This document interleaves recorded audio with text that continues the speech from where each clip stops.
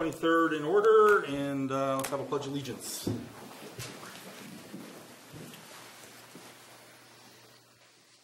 I pledge allegiance to the flag of the United States of America and to the republic for which it stands, one nation, under God, indivisible, with liberty and justice for all.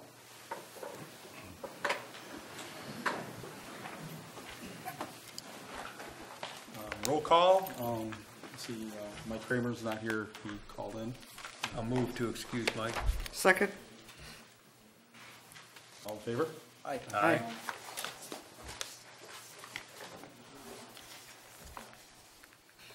Have approval of the minutes from the last council meeting, November 9th, 2015. I've got an amendment on page 4. About a third of the way down, it says Council Kibble stated he's concerned, blah, blah, blah. Pretty much would like to just pull that whole section up to Mrs. Wade as stated. Just replace it with Kibble stated he's concerned about moving forward without better understanding of the changes in the intersection. It was explained that there would be no road improvements. The only changes would be to install the signal. Kibble said the new estimate describes everyone taking an equal share of the comprehensive costs, which I think is appropriate. So I've given Lisa a copy of that. I'll move them as amended. Mr. Mayor.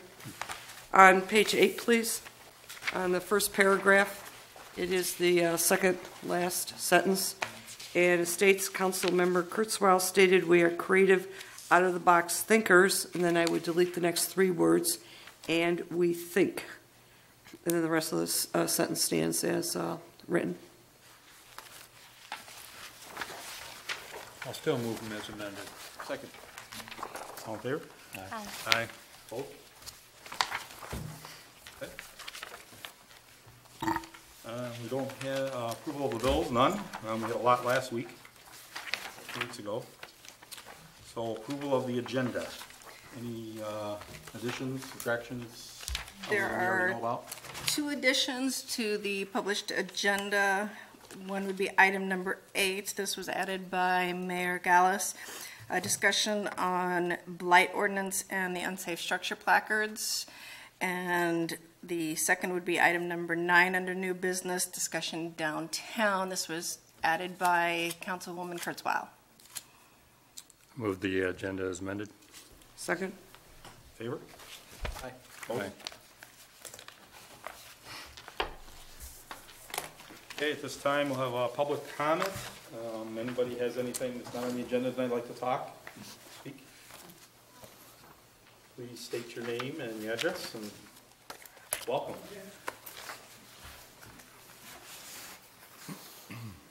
Bob Ziegler, 1000 North Lafayette, South Lyon. And I have with me, I'm with the South Lyon Area Youth Assistance, and I have with me the members of the committee working on it. There's the chairperson, Radha. Thad is, go ahead. Good afternoon or good evening. Thank you for having us here. I want to introduce myself. My name is Radha Vichari Shirsagar. I've been on the board for the last 10 years of South Lyon Area Youth Assistance, known as SLAA. We're here today to actually thank you for your sponsorship and share a little bit of some updates to some of our programs that we have. But before I do that, I want to introduce a few folks. We have Doreen, who's our caseworker. We have Stacy, who manages all our monies. And we have Thad, who's here to put a plug in for one of his programs. I'm going to hand this over to Doreen for a quick second here. Hi, I'm Doreen Brandt, and I'm the caseworker for South Lyon Area Youth Assistance. As the caseworker, I work with families and youth that may be experiencing difficulties. Casework services are provided for all youth 16 and under that reside within the South Lyon Community School District. I receive referrals from the police department, schools, and from families. Along with casework services, I work with the board to provide the community with programs. And Radha's going to briefly go over those. Thank you. So we have a lot of programs. I'm not going to get into details, but I'll touch upon a few of them. We manage a homework center where we help students actually get tutorial services. We have a summer camp that we also run that is drama-based. Here in town, you probably have come to some of their plays in the summer. We also have a summer camp where we send some of our kids way outside of South Lyon to enjoy a week of just some carefree fun. We have Family Education, which sponsors families in the community where they can learn parenting classes, learn about how to manage a family. We have Shop with a Hero, which is coming up in December, which is where we allow students to be paired up with a hero, police officer, firefighter, where they go shopping at Walmart and get to shop for their families, and then we actually wrap all the presents for them, which is really fun. We have Back to School Shopping, another event with Walmart where we allow students to go back and get supplies for school and clothes and things like that. We have Youth Recognition, which happens in May. That is the event that we actually recognize the students in the community that actually do service back to the community, and we also offer some senior scholarships, usually anywhere between 2 and 4. And we have Skill Building, which is another a program that we run where we offer scholarships for families whose children would like to build a skill, to build confidence, anything from painting to art to karate to football. So we really try to build that skill in them. And we have one more really important program. I'm going to let Thad give him about 30 seconds to 45 seconds. I said I would time him, give him some time to talk about mentors because we want to bring some more awareness to that. I am going to try and speak as fast as I can. Mentors Plus is a program of youth assistance that matches adults with young people who could benefit from having a friend. Last year, our small corner of Oakland County had 14 matches, the highest number of matches in the entire county. At this time, we currently have 10 matches, and with your help, we can reclaim our title by matching 2 boys and 1 girl who are waiting for mentors. The commitment for being a mentor is 1 hour a week for a year. The only qualification needed is compassion and a desire to be a role model. I have been a mentor to 2 awesome young men for the past 3 years. It's hard to do. It's been one of the most rewarding experiences that I've had. I'm not sure who benefits more, me or my mentees. Studies have shown that 1 hour a week can make a big difference in the long-term outlook of a young person's life. If you or someone, it's hard to read, if someone you know would like to be a friend to a young person who could use one, please say hi to one of our board members or visit our website at slaya.org. Thank you. Thank you. Do you have any questions for our group? Thank you for your time. Thank you. Again, thank you for your sponsorship.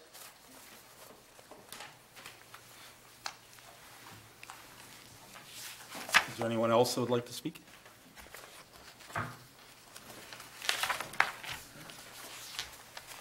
So we'll move on to old business. Consider the approval of funding for the city's portion of the Safe Routes grant funding. Hi, good evening. I'm Leslie Zawada. I met all of you at your last council meeting to go over the Safe Routes to Schools project. And I have made some revisions to the estimate, which should be included in your packet, and I can go over those revisions as well. The project limits have not changed, the proposed project at all. So I'll include the map that I brought last time. But there have been a few things that we have modified since the last council meeting.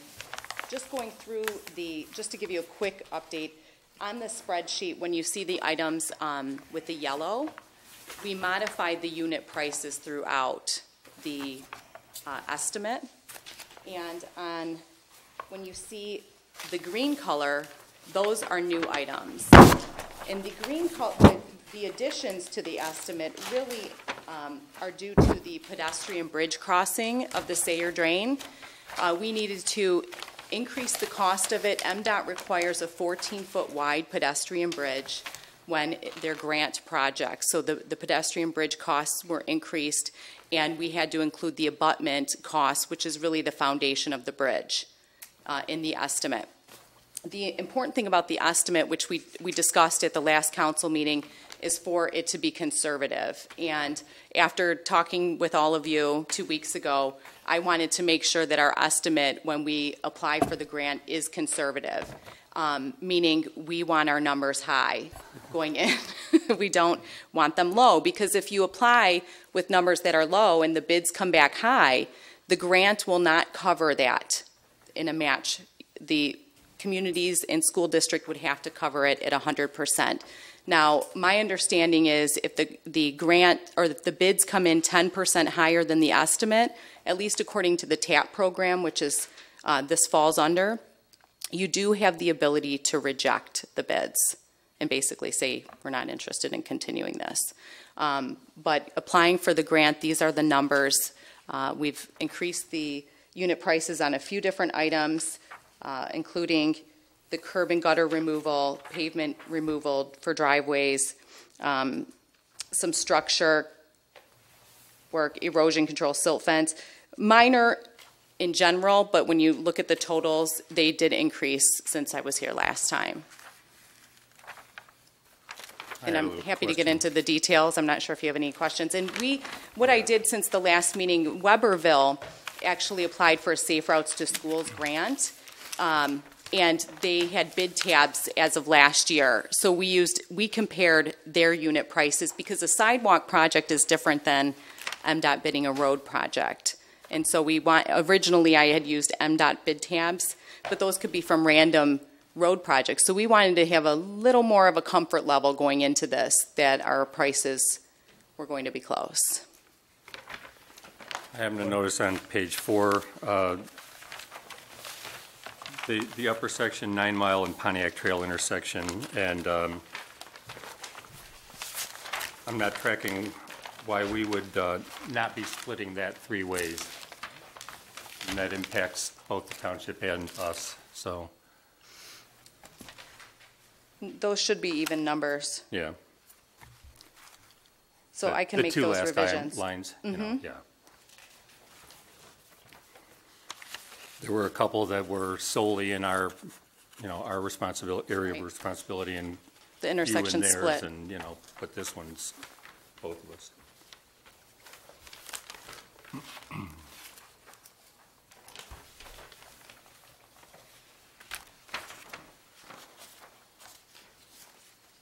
Is that it, Glenn?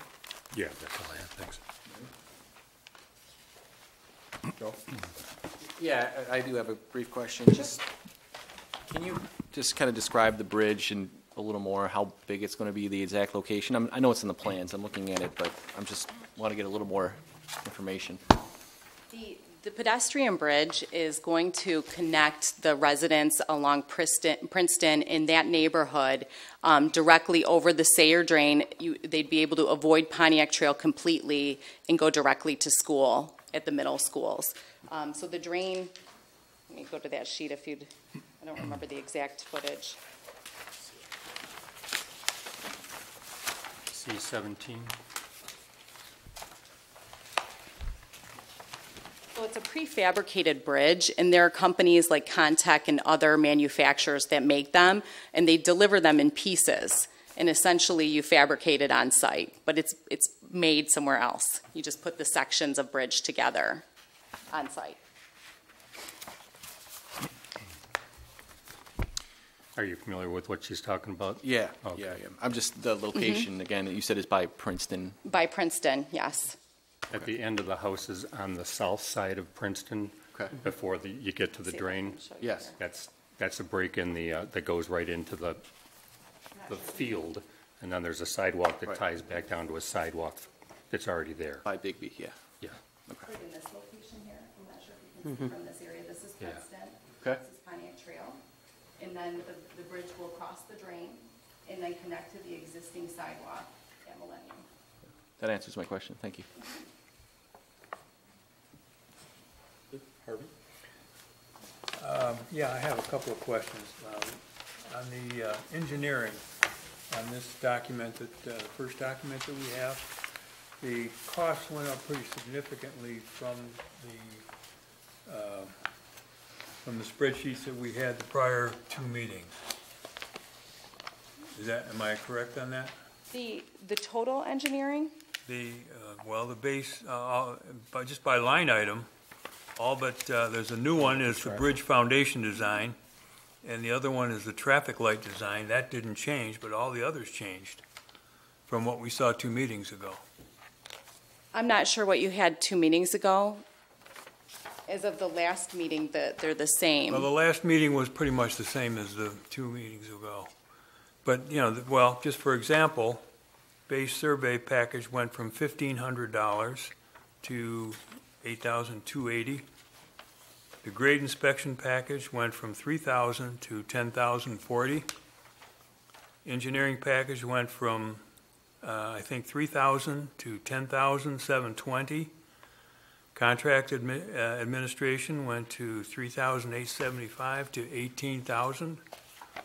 $18,000. Construction inspection, $4,500 to $25,000. I don't. That sheet that you're looking at was just the engineering specifically for the traffic light. That is why there's such a large discrepancy. Well, I'd honestly pretty large have discrepancy. So this is for the entire. But this is the So this is the engineering for the entire project? The Yes. entire project, including the traffic those light. are. And I don't have that Expensive estimate in numbers front of me, Well, so.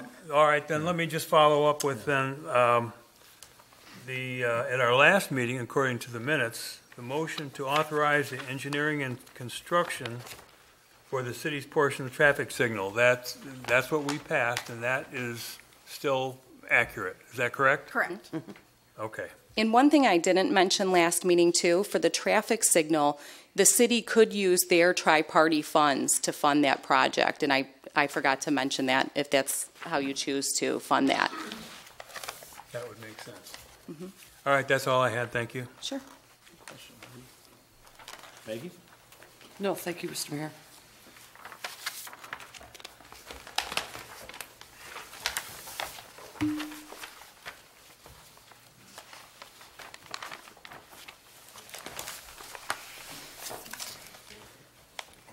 Well, let me have one more bite of the apple here. I want to make sure that what we passed at our last meeting for the signal isn't also embedded in this spreadsheet.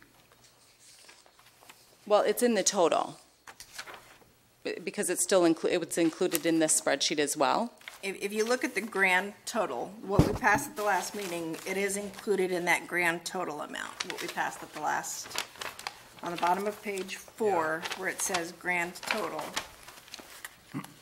Okay, so our grand total is 110,709 minus 93, whatever we passed last meeting. Is that correct? The traffic signal portion was $33,333, and then the traffic light design was $3,699.17. But yes, that would get you to your total for Okay. this meeting. All right.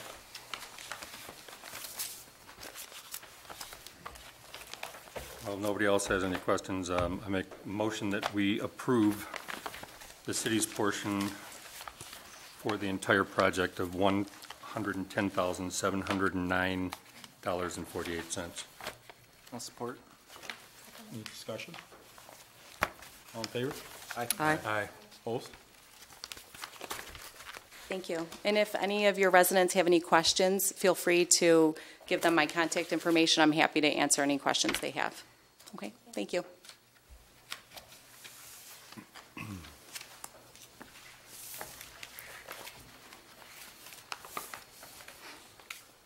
Okay, new business. Hate to see people resigning, and we need more people in the drawer. But it always happens, and we have new people coming on board as well, so I'd like to consider the appointment and resignations from city commissions. We have, the first one is Carl Richards. He's resigning from the Cable Commission. I'll move we accept Carl's resignation with thanks for his service. All in favor? Aye. Yes. Opposed? Thanks, That was Carl. hardly a majority. Thank you, Carl. Second one on the list is we have an appointment to the Parks and Recreation Commission, Rich Neely. Is he here by any chance? Don't see him. I don't see him. No? Okay. He had submitted this application prior to the transition in the council. I did submit it to Mayor Gallus, and he agreed to appoint this gentleman. The Parks and Rec Commission has looked at it, and they're very excited to have him on board. They do have one vacancy, so. Yeah, I saw that, his cred, so, well, I'll support that nomination. It's your nomination, he supported it. Yeah, opposed? You need to vote. All in favor? Aye. Oh, just comment. I was thinking I was reading something still, so.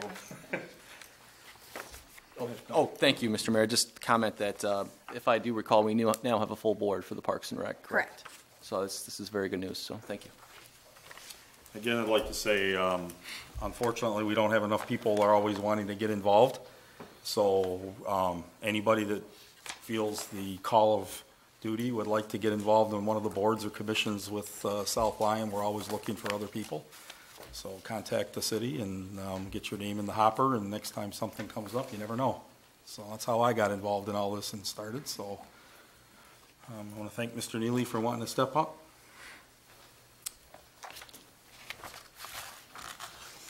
Sorry about that for a minute. I was reading something. I've been so preoccupied with trying to catch up with all the paperwork in this last 2 weeks. Okay, number 2 on new business. Consider the approval of the final site plans for the Thomasville development on 11 Mile Road. We'll turn this over to Carmen.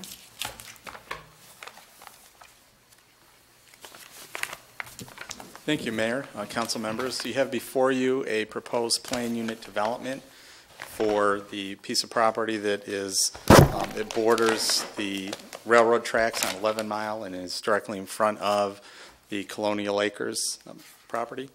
And what this proposes, it's currently zoned multiple family residential, where by right the owners of the property could develop an apartment complex. We met with them early in the process and indicated that we thought that a smaller lot, single-family residential development would be more appealing there. We were on the heels of the Lexington Oaks project, which sold through a lot quicker than anybody thought, and actually sold primarily, I think all of them were sold to retirees. So there's a big demand for folks looking to downsize in their houses. So they agreed with that, and they came forward with a project that does that, provides small lot, single-family residential. This is actually a two-step process. It goes for preliminary approval, which is what you're looking at tonight. It went to the Planning Commission. They held a public hearing. There's a lot of input on it, and it was recommended to you for preliminary approval. So basically what this says is we're okay with the road layout and the house configuration. You've got general information on what the houses will look like. And then if you approve that, it would go back to the Planning Commission for final PUD site plan approval, and then would come back to you for final approval on that. So this is that preliminary step that they're looking for approval on. And the road does connect through to Colonial Acres. That was something that both the police and fire department were strongly in favor of. It would give them quicker access, direct access to the Colonial Acres project if in fact they needed to get there in an emergency. And they also, I know Mike Kennedy, the fire chief, wanted a second means of access into the loop road and emergency access, so they added that also. And so the next time, if this is approved, next time they come back, you'll be looking at things like more detailed housing designs. I know the Planning Commission asked for additional designs, so you get more detailed information on that. Landscaping, those sorts of things that you typically see in a final site plan as opposed to a preliminary.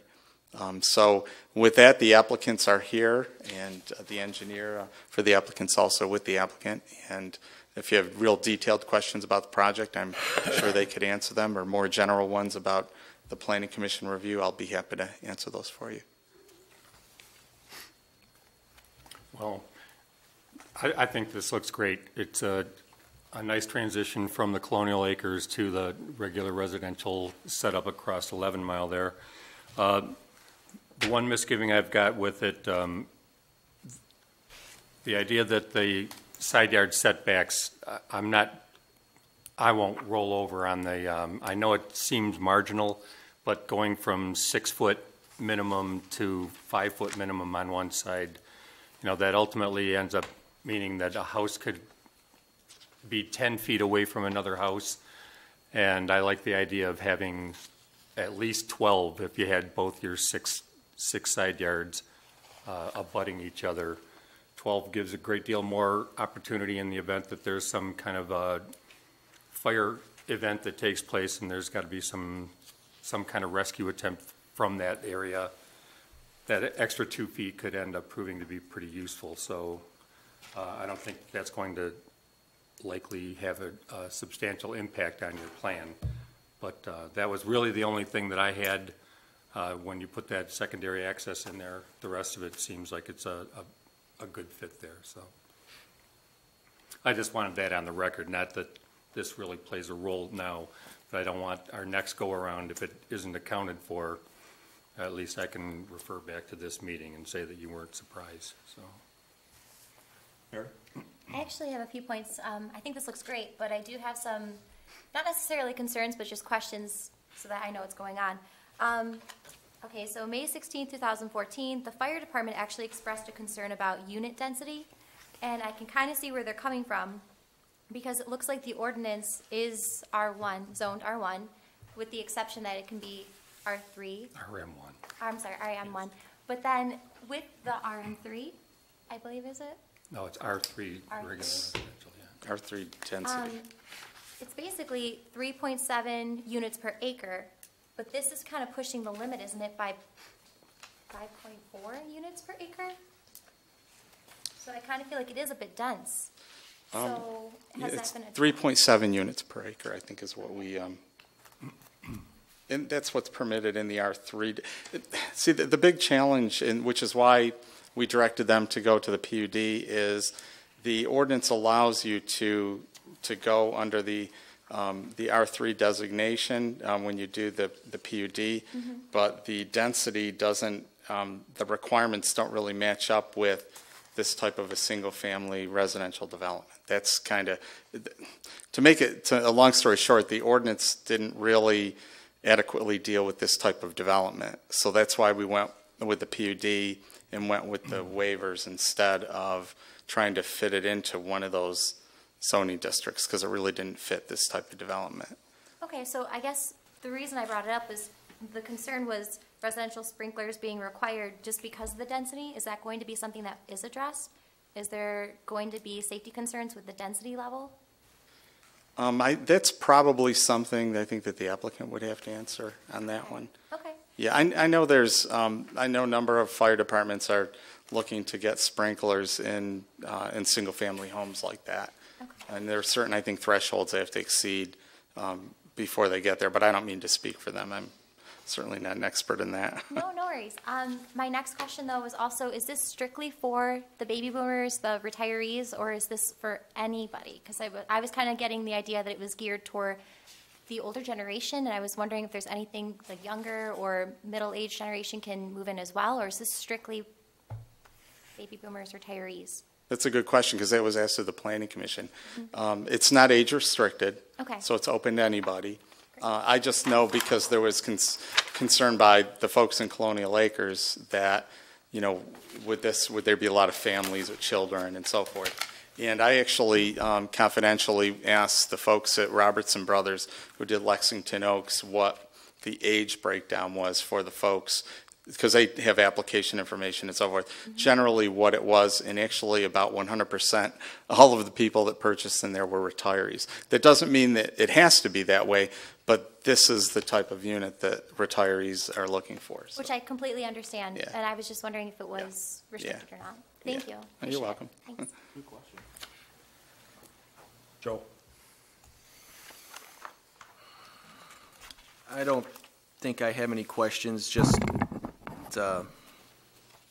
I do hope that this would be consistent and mesh with Colonial Acres and keep along those lines and almost be a continuation from Colonial Acres to this site, because it sounds like from speaking to residents who are concerned at Colonial Acres, that's what their expectations are, and that's what the expectations. So I would hope it kind of stays in that same area. Thank you. Harvey. Thank you, Mr. Mayor. My agenda says that we're approving the final site plans. Is that correct? Actually, it's the PUD preliminary That's what I site thought. plan. Yeah. Okay, so we want to make sure. we're- Yeah, it comes back to you again. That's all I have, thank you. Mr. Mayor? Carmen, is the rezoning at this meeting tonight? Yeah, it's all combined into one. It's a preliminary PUD, it's a PUD rezoning / preliminary site plan is what it is. So there's two issues. One is the rezoning from RM1 to plan development and consideration of approval of the preliminary stage 1 plan development site plan. Right, but they're tied together in one, right? Correct. Yeah. Maggie. Thank you. I had several questions. To sort of give a little bit of background for Councilwoman Mary, when I was on the Planning Commission when we were looking at this particular project. This particular project started out with 90 condo units. So we actually have taken it down from 90 to 62. Then there was an additional discussion about providing some green space on this property. So the developer agreed to drop 2 more units off the property. So even though it has a density, issue, it's not that significant of a density issue, considering where the development of the property originally started. Additionally, I'd like to address the comment by Councilman Kivel regarding the setback. In Novi, we are beginning to see the setback requirements begin to decline or decrease with respect to density development. For example, on Knightbridge, if you've been over there, you have pretty close buildings, very, very tight to one another, and the emergency vehicles are able to, whatever Novi has worked out over there, because those are actually located in Novi. You additionally have a Pulte development, which is on Wixom Road, right there by Grand River. And if you look at the setbacks between the houses there, you could literally put your hand outside the window and shake the person's hand in the next window. But that is an indication of the demand for the real estate, which in many instances speaks a lot about the value of real estate in Novi, that the property is that valuable that developers are able to really develop that property. So I'm not as bothered with the setback. I'm pleased that we have a developer coming into the community that is willing to make what I consider a pretty good transitional change or transition from the Colonial Acres environment to Trotters Point across the street. This is a very nice alternative to those families that are looking to downsize their particular housing needs. And I will make the same argument here that I made in the Planning Commission. Tom, this is going to sell out. There's no doubt in my mind that this property is going to sell out. I am going to continue to advocate for restrictions to be placed on the use of the property so that it does not interfere with the lifestyle and the environment over Colonial Acres because the adjacency is that close. So I will be looking for in the PDA restrictions as to swings in the backyard, sandboxes in the backyard, all those things that we talked about, the basketball courts, all of those things I'm looking for when the final PDA does come. Now I'd like to address the preliminary site plan on page 4. I did notice an area that I wasn't quite familiar with the notation. And the notation says it's up there on 11 Mile, and it has a box, and it says PR gate with lockbox. Is there a gate on this property? Is there going to be a gate? What's this notation for? Yes, that's for the emergency access drive. It's not going to be like continuous access. It's going to have a gate and it's going to have a lockbox for police and fire. That was added to the plan at the request of the fire and police departments. They wanted to have that second means of access, but only on an emergency basis. So the main entrance coming in is going to be off of Lexington, coming into the property? Okay. It's going to off of 11 Mile connecting up to the, it'd be the easternmost entry into the site that you see on the site plan. That's the primary entrance into the development. The one on the westernmost side, closest to the pond in the corner, that's an emergency access drive. Okay, and the other question I wanted to ask is regarding utilities. I saw the connection into the water main. Is this property going to require an additional lift station? That's a good question. Yes, no? No, it isn't. Okay. Thank you. Thank you very much, Mr. Mayor. I think of that, I come from a design real estate background. And I'm kind of with Councilman Kivel a little bit on this issue where everybody's, even though I come from a real estate design background, I know everybody's encroaching on everybody with the setbacks and they're getting smaller and smaller and smaller. And it's because the property's becoming more and more valuable. But it's not a deal breaker, I guess, but, you know, it gets my hair standing up a little bit when we start shrinking in the setbacks a little. But other than that, it's a pretty thorough design. I like it. I'm with Maggie. I think it'll sell out, you know, and be a pretty good development for this community. So,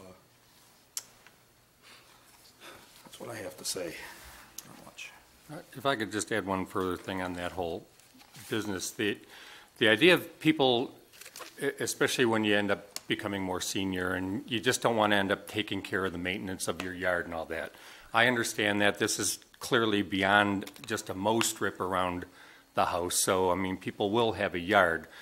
Although that there are developments that are taking place that have even tighter side yard setbacks, I don't think that a bad idea is necessarily because it's taking place someplace else that we should end up capitalizing on that as well. So these are very tight yards already, but the market wouldn't, I mean, they won't sell if there's not a market for people that want to have the smaller maintenance idea, because these people are going to be tending to their own properties as opposed to a condo development where you have a mow crew come in and do the comprehensive facility. So I just wanted to make sure that was out there.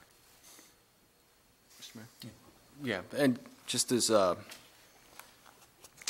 was reiterating earlier about it being a transition kind of community abutting Colonial Acres, I would be in favor as well of seeing those restrictions placed in the final agreement, which would clearly define it as a, I want to call it retirement, but transitionary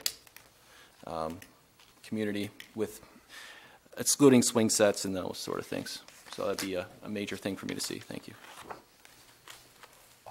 Any other comments, discussions? So I guess we need someone to make a motion. So the motion has to contain both the idea of the transition to the PD as well as this is approving the preliminary phase. Preliminary site plan. Site plan. PUD site plan, yes. Yeah, okay. Yeah. One motion. Mm-hmm. Yeah, well, I'll make that motion that we approve the transition to PD as well as the preliminary site plan for Thomasville, I guess it's called. Any discussion? Support? Oh, I'm sorry, excuse me, and conditioned on the execution of the plan development agreement along with any other conditions identified by the city department staff and consultants. Sorry, Tim. Thanks. Yeah. Thank you. Okay, a motion and a second. Support? Aye. Aye. Yes, she seconded. Call for the vote. All in favor? Aye. Aye. Yes? Aye. Maybe you can see it. She did say that.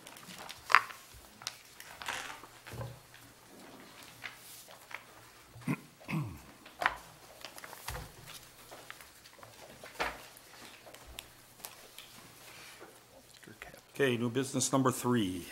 Request, Dr. Kaplan's here to request the address, address us for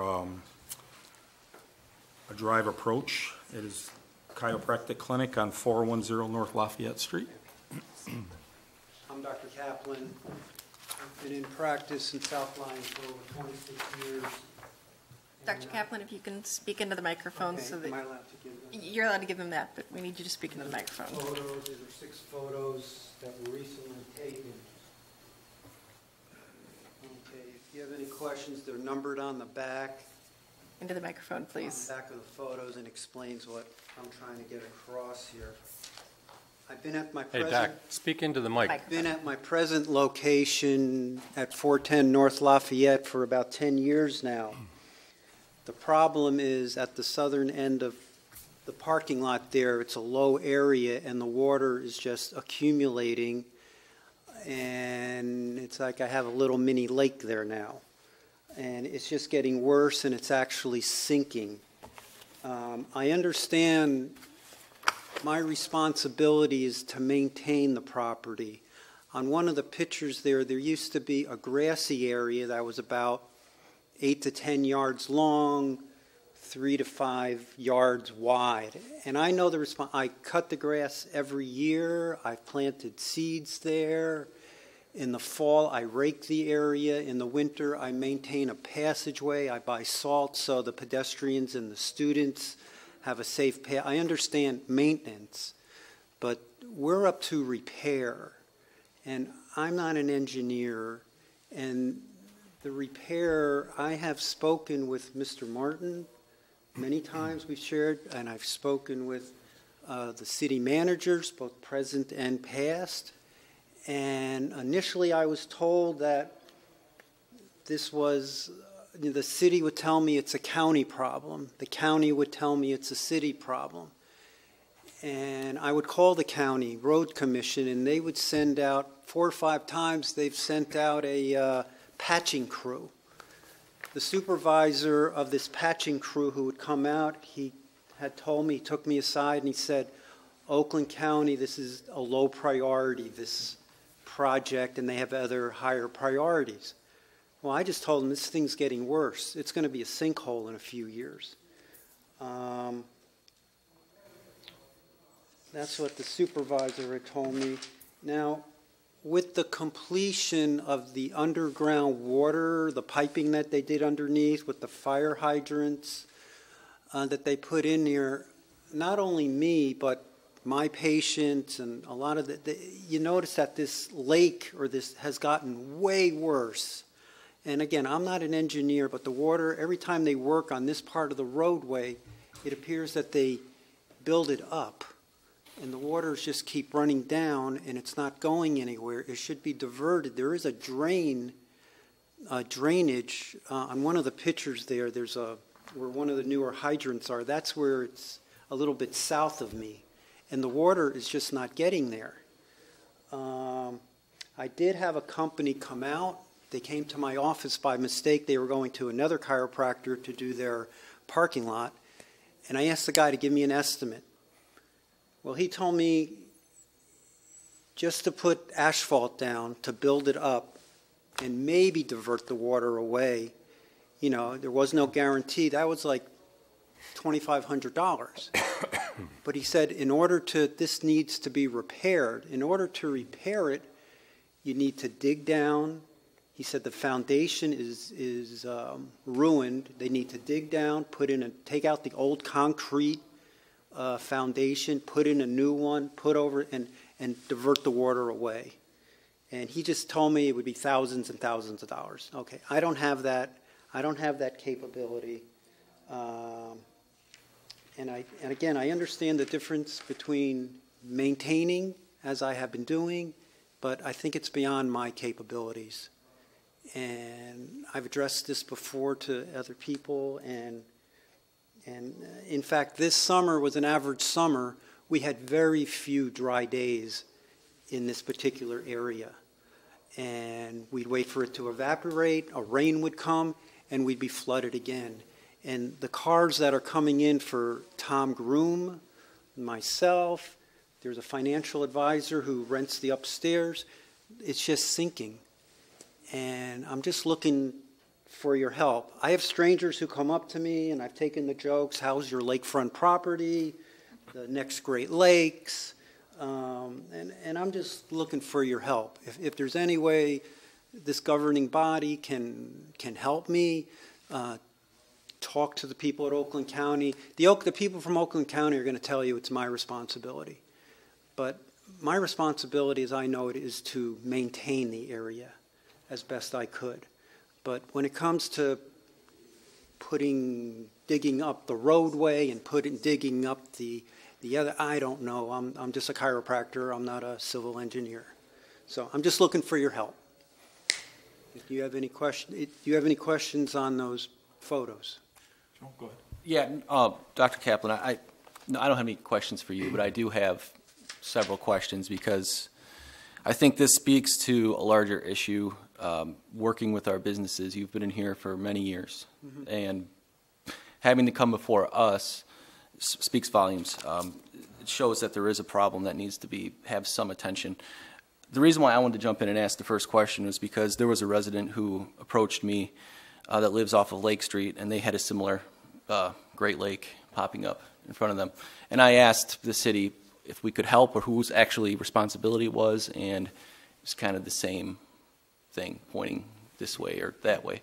So I guess I wanted to ask a very pointed question. In this particular instance, your instance, and maybe this is a question for our city attorney or maybe Lynn, I don't know, but who is responsible for fixing this mess? Well, my understanding, and Tim can clarify it differently, but what we have is this is a drive approach.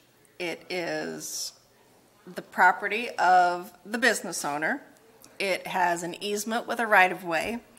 That easement does not give up the property owner's responsibility for maintaining, repairing any more than if your driveway at your home or office were to become dilapidated, have a pothole or any other situation. It would be you as the property owner that's responsible for fixing it. That is what the Road Commission has told me. That is what all of my past experiences has told me, is just because a city or a road commission has an easement of right-of-way through there, that gives us the ability to enter in and do work on that. That does not give us ownership and our authority to do work or the responsibility to maintain or do work in that. It remains the responsibility of the property owner. I have talked to the Road Commission. I have asked them to look at Mr. Kaplan's property. I have sat out there with them. The Road Commission told me it is simply a matter of that is in their right-of-way. It is not their responsibility. It is the property owners. The city attorney can clarify and tell me if I am incorrect on that. But if we start making improvements on private property for individuals and their drive approaches, then we are going to begin needing to make improvements on private property throughout the entire community. Can I add one thing? Every time the city or county does an improvement on this part of Lafayette or Pontiac Trail, it's due to their construction that this wasn't like this 10 years ago, and it's just getting worse. I have patched it a few times. The supervisor who came out, it's the construction of the road, okay, that's coming back on my thing here, and that's what's happening. And it's not draining. The drains are meant to drain. The water is not going out. And I'd rather get the situation corrected. And again, I don't have the funds. They will have to go out in the middle of Pontiac Trail or this Oakland County road to dig down to the foundation. And my area just happens to be a low area, and it's just going to get worse. And you know, that it's just not draining to the drain where it's supposed to go. I've called the drain commissioner. The supervisor had told me that to them it's a low priority, and this was 5-6 years ago, and that's what, you know, I've already said that. They said it was a low priority, but they have sent people out to patch it, and it is an Oakland County problem. I'm just trying to get the governing body here to help me.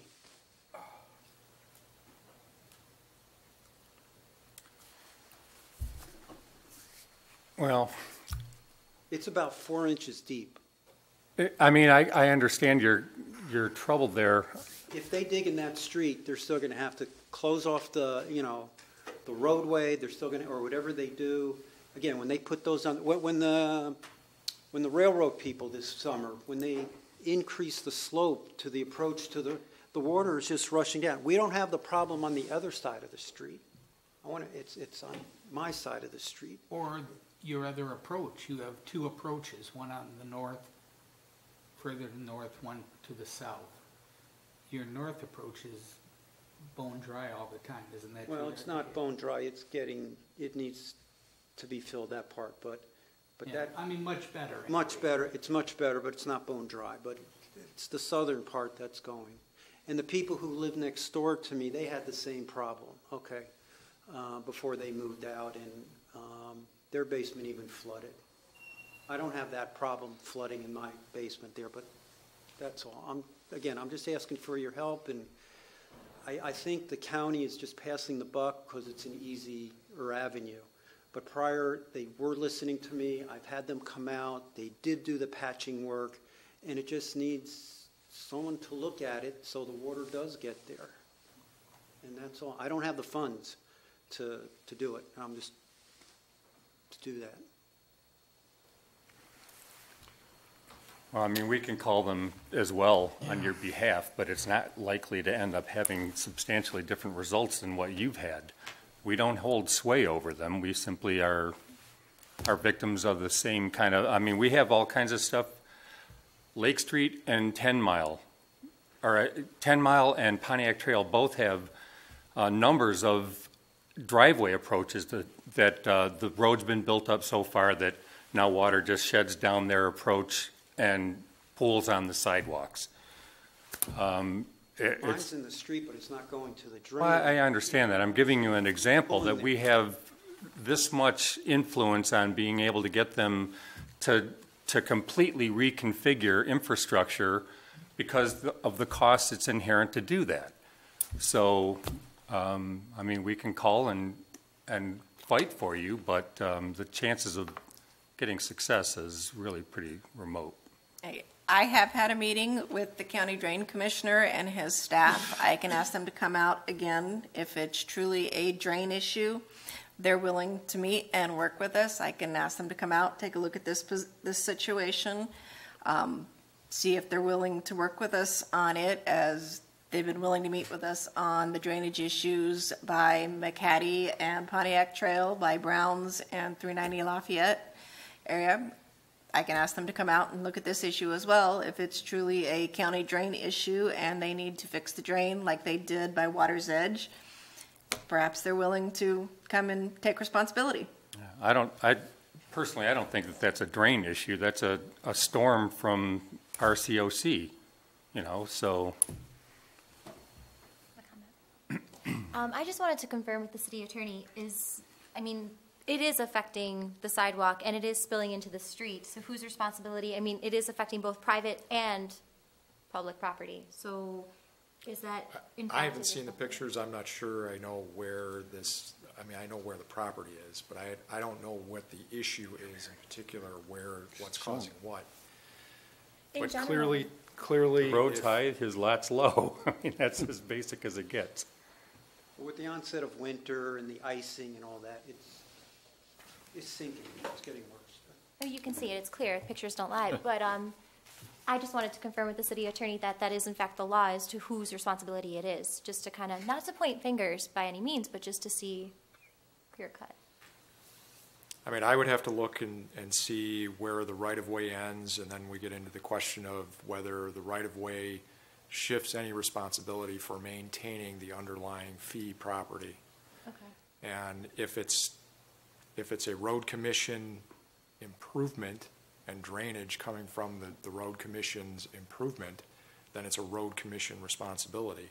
But if it's water coming off of that public right-of-way onto private property, it's really, I mean, Dr. Kaplan's going to look to the road commission, but ultimately he has to maintain his property as well.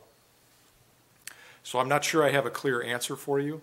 I would need to know a little bit more about where the right-of-way ends with respect to the information that's contained in these photographs, and whether I would have to look into whether what the road commission and how they handle road approach or driveway approaches as opposed to right-of-way, and where that line is and whose responsibility. It just seemed the road commission were willing to come out and patch it and all that. Mm-hmm. But then when it came to, I just think they whitewashed it and just did the path of least resistance and just put it on to me. And I just didn't think that was right. I don't have a backhoe. I don't have I don't have the thousands of dollars to repair this thing. So that's all. And I understand where you're coming from. I'm just asking for help. When was the road commission on your property? I'd say it was probably maybe a year ago or MLS? So it's been fairly recent. Yeah. We had them out last spring. Okay. See, this is what I find interesting, is why would the road commission come out and patch an area, They've been out 5 times patching the area. an area that they feel they have no responsibility for? Well, that's what my question was. They came Yeah. out. So I think clearly some investigation probably needs to really be pursued on this. And I think this speaks to a larger problem, is that for me personally, I'm kind of tired of South Lyon being put on a back burner. I think it's time that the leadership in the city starts sticking up for South Lyon, that we start becoming the squeaky wheel. That if I have to go to a road commission meeting, and if I have to raise this, I will go to the next road commission meeting. And I will say, you need to start coming to our city and get out of Birmingham and Bloomfield and Farmington. I've seen the connector up there. I know all those improvements that are up there on Orchard Lake. And you get down here to South Lyon. Because I think South Lyon needs to start becoming a priority in this county. And if the road commission has been at your place for 5 times, that tells me somebody thinks they're responsible for it. So let's sit on this until we finally get this resolved. Okay. I mean, I'll go to the next road commission meeting and I'll bring it up. I don't have a problem. I can go with you. Okay. I know where your office is. I'll give you a call. Okay. Thank you. Dr. Kaplan, I think what he's looking, I kind of agree with Maggie on this a little bit. I mean, it's, I've been out here a long time now too, and it seems as though that we don't get top priority billing down here because we're down in the corner a little bit, so we need to kind of bang the gong once in a while. And Dr. Kaplan's looking for a definitive type answer. He doesn't really know, and it sounds like that we're trying, but we're not getting a really good answer either. But I think we should really try to get on this and try to get them to decide who's responsible and who's not, and where's everything start and stop at. And it seems like this has gone on down here a lot. Like Joe said earlier, county, city, county, city, county, city. I've heard that so many times. We need to have some kind of an answer so we know how to address these issues maybe better and satisfy their needs, or at least give them a means of understanding of why, what's going on. I guess Lynn said she's been addressing this, and Tim has too, but we don't really seem like we have a real definitive answer to give Dr. Kaplan on this. But I'd like to try to get something on this one because it is a bigger problem. Sinking into this thing. Well, it's just one of many. I mean, it's like, you can go around town and see other things that are going on like this too, and you'll try to get an answer, and usually it's a county, no, it's the city. Oh, it's the county, no, it's the city. And nobody ever gets an answer. And nobody's really trying to play hardball or slow ball here. They're just trying to figure out what needs to be done in order to fix it. And Maggie's he said it right. We need to kind of step up a little bit down here. And if I may, the drainage along Pontiac Trail is a problem from the railroad track down to Browns, actually past Browns to Caddy Park. This is all part of that problem. The storm sewers in that area are 50 to 60 years old. They're undersized, and a lot of them don't drain due to gravity, stuff like that. We've had them come out and jet those in the past, but every time the county does a job on Pontiac Trail or 10 Mile, it changes the grade. It changes the grade. And if the homeowner does not go along with that change, like Joe, you were speaking of that house on 10 Mile, that whole thing was brought on by the Lake Street road job that was, they raised that street by 2 inches. A lot of the homes along Lake Street didn't change their driveways or anything because the approach from the side of their house out to Lake Street, there's no fall at all. So how much does the city take on? Are we going to dig up people's driveways and report driveways? No, I think we need to be the voice, though, and at least investigate these things. And we have, Joe. And I if want you to know that. and if somebody has a lake in front of there, I can't just accept that. Well, that's the result of a project. I mean,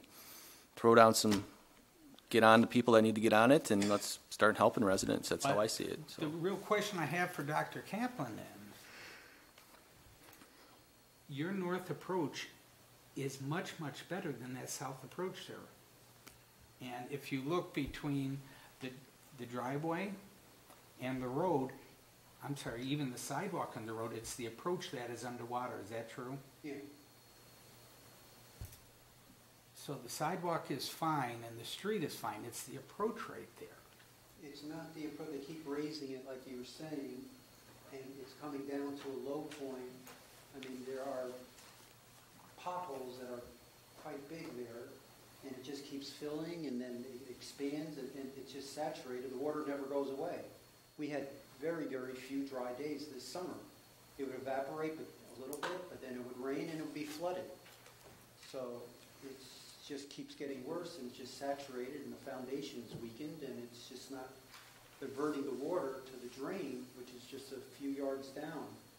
I don't know the name of the street that's below me, but there's a drain that it's just not diverting the water, and it's just sitting there, and you know, it's just a bad thing.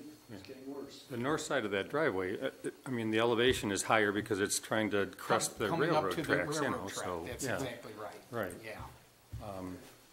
Now, just as a point of information, I've been on the RCOC website to make suggestions and make some complaints, and just to, as a demonstration of how strongly we're thought of, there's a drop box that asks for what city you live in Oakland Township, or Oakland County, excuse me.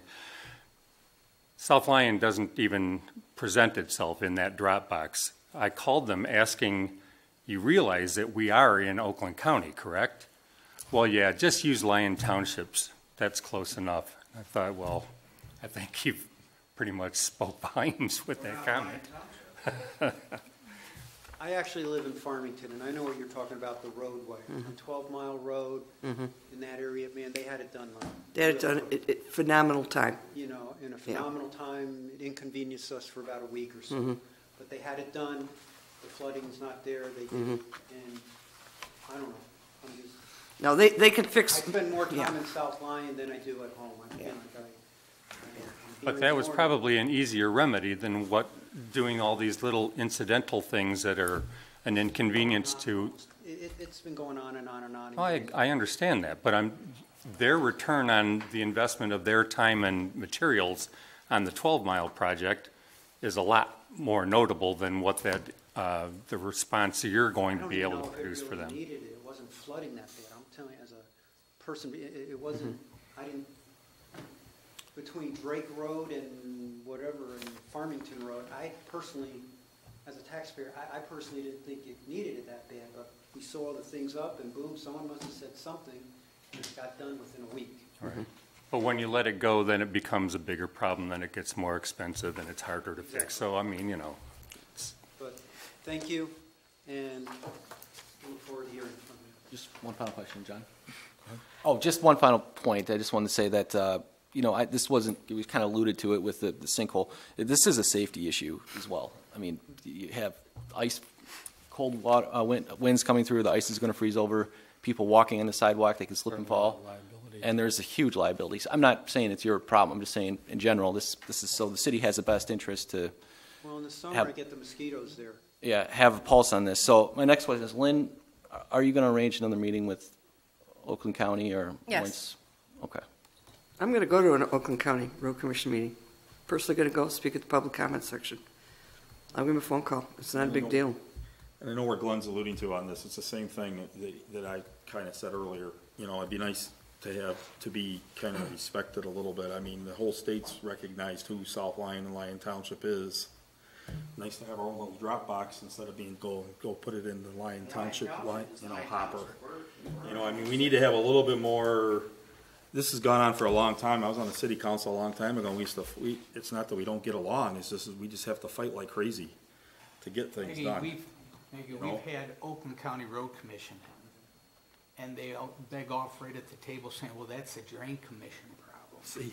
And they wouldn't speak to it, or vice versa, which is frustrating because we look forward to a meeting. You know, if I have to go to Elbrooks Patterson and sit in his office and say, look, I am tired of everything in Oakland County being done for 3 cities, basically, Bloomfield, Farmington, Bloomfield Hills.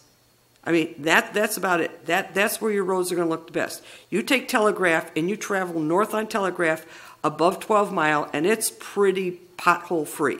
You travel south on Telegraph, and you're going to have problems. So there's a couple of communities in Oakland County that get stellar treatment. And when their citizens complain, something gets done. Well, maybe it's time now that some of the residents and some of the leadership in South Lyon starts getting up and starts knocking on doors and doing the same thing that those communities are doing too. I know exactly what he's talking about because I know that area over there. I go to that district court over there. I know Drake Road. You've got that dip in Drake Road, but even that fills up with water and they haven't done anything. What are they doing? They're sitting at the top of the hill fixing a problem on 12 Mile. It made no sense at all. But I don't have a problem going to the County Road Commission. I don't have a problem with calling L. Brooks Patterson. I don't have a problem contacting anybody. I am now going to start letting people know South Lyon's on the map. I did contact the Drain Commission. They were out within 24 hours. And the guy I was speaking to, he's pointing to the drain north of me. And I said, no, it's a drain south of me. He says, well, that's his drain up there. And I go, this drain down here is where it's not going to. And he says, well, I can't help you. So I said, well, it's a waste of time then. So that's what I was dealing Out with. of his It's frustrating jurisdiction. for me. But I thank you all. Okay. Thanks, Dr. Kaplan.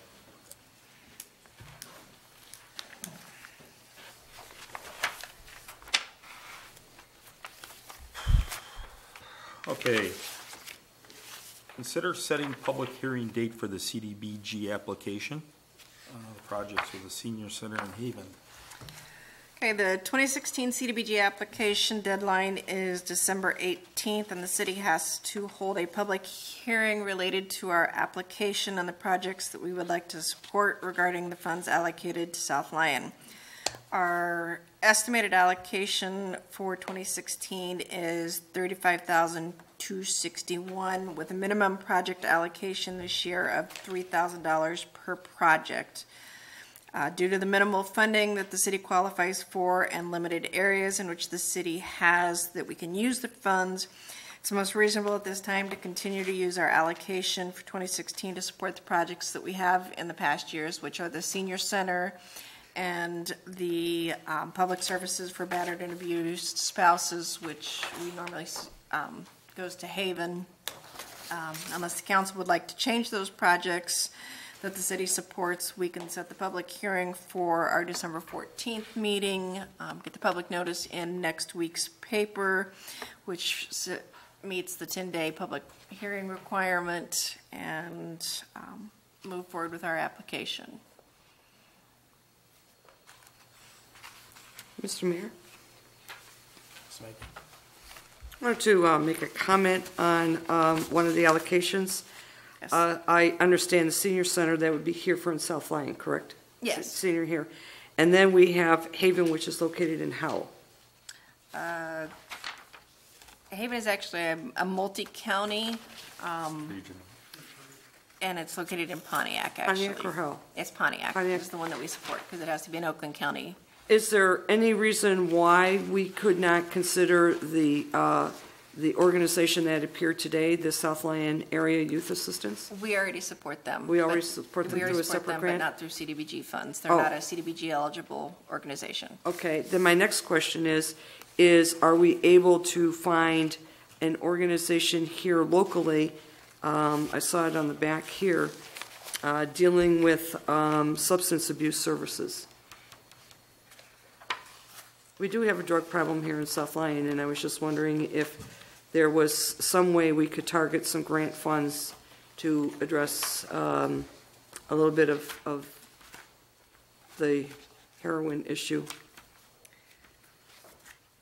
I could look into, I'm not sure there are any public service organizations actually located in South Lyon that would qualify for CDBG funding. Okay. And it can be funded some other source, though. I mean, Haven does qualify. We might be able to address that with some other. Well, I'd like to know, because there not only is the drug problem serious. I mean, Yes, we're losing lives. I agree. I mean, we're losing lives in this community, some youth. So if there's an opportunity to channel some funds that would directly benefit some of our residents here, as unfortunate as circumstances are, but maybe save a life. I would just like some consideration on that issue. Just as a point of information, the Haven does service people from South Lyon area. And we used to see a number without identifiers, how many men, women, or children were served by Haven.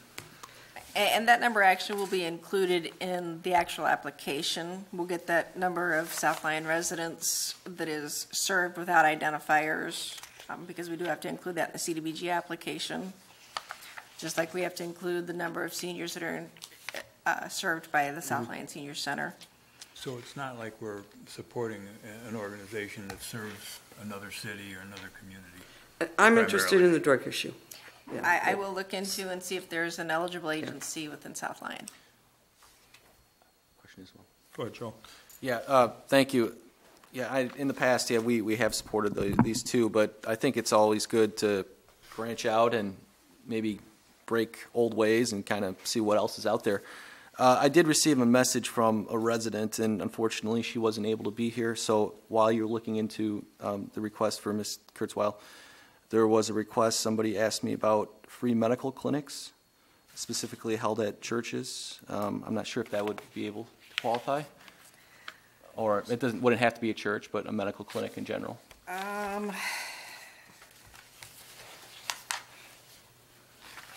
So if you don't have an answer right away, that's fine, but if you're going to be looking into stuff, I would like to see that. I can look into it. It might fall under the health services. Okay. Well, do you need a motion to set the date? Well, if we're going to be looking into other projects, we'll have to delay and hold the hearing, because if we're looking at other projects, we can't set a hearing on projects that we're not set on. You said the 18th is the deadline? Yeah, the 18th is the deadline. We have held our hearings after the deadline. We would just have to decide what the projects are at the next meeting, submit our CDBG application, and hold the hearing at the following meeting. And we've done that when we've missed publication deadlines in the past. Well, I don't want to hold up the application process. I think it's important that we move forward with providing continual support of those organizations. So maybe what we do is tickle this for next year and start this process sooner, like maybe in August, and begin taking a look at maybe a change in one of the organizations. And that'll give us time then to look for an organization that may address the issue that Councilman Reese brought up or that I brought up. So I don't want to hold up the application process. So I think this was an informational question, and I would be willing to put it off for another year. Yeah, I feel the same way. Thank you. I actually think that's a good idea to just move forward with this and keep our eyes open for other funding sources to try to address these issues, the ancillary issues. So I move that we schedule the public hearing for the meeting on the 14th. I'll second. All in favor? Aye. Aye. Against?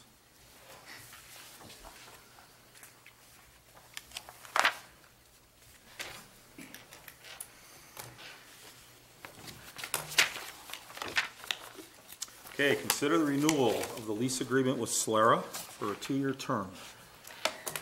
Okay, the South Lyon Area Rec Authority has historically leased a building from the city of South Lyon at 318 West Lake for a 2-year term. Their lease requires that they give us a 120-day notice, which they did by notifying us via email last week that they would like to renew their lease. What you have in front of you is a copy of that lease. It has been reviewed by the city attorney.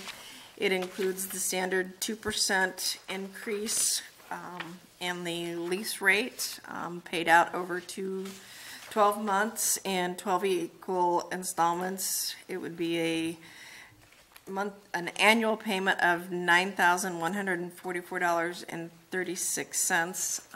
The reason they brought this forward at this time, which is a little bit more than the 120 days that the lease requires, is they're getting ready to budget for the next fiscal year, and they would like to have both the city council and their Solera board approve it at their December meetings and get ready for their January budgeting session. So if there's any questions, I'd be happy to answer. Otherwise, it's currently a city building. We take care of the maintenance for the most part. They handle the day-to-day, but the city handles regular maintenance. They make their payments. I have to ask, I must have missed something in here because the contract isn't going to expire. They're doing an early. They're asking for an early renewal to make sure that they can budget for next year. For us to sign early, the contract itself doesn't expire until, I believe, next summer. Oh, it was, okay, all right. Because I just wasn't understanding what the motivation for the early renewal was, so. Because of their budgeting. They want to make sure. Yeah, because there wasn't a change in what the monetary part of it was. So, Yeah. okay, all right. It's because of budgeting issues. Thank you. All right, I'll make the motion to. Excuse me, Mr. Mayor? Maggie. I had some questions regarding the lease agreement addressed to Tim Wilhelm. Paragraph 4 on the rent, I noticed that you did not have a provision with respect to holdover. I mean, that's kind of a common term to put in a commercial lease in case there is a holdover of some reason what the rent would be. Additionally, on paragraph 10, maintenance and repairs, generally when the landlord agrees to do specific repairs and maintenance to a building, they also put in that paragraph that they have reasonable access to the premises to do the repair.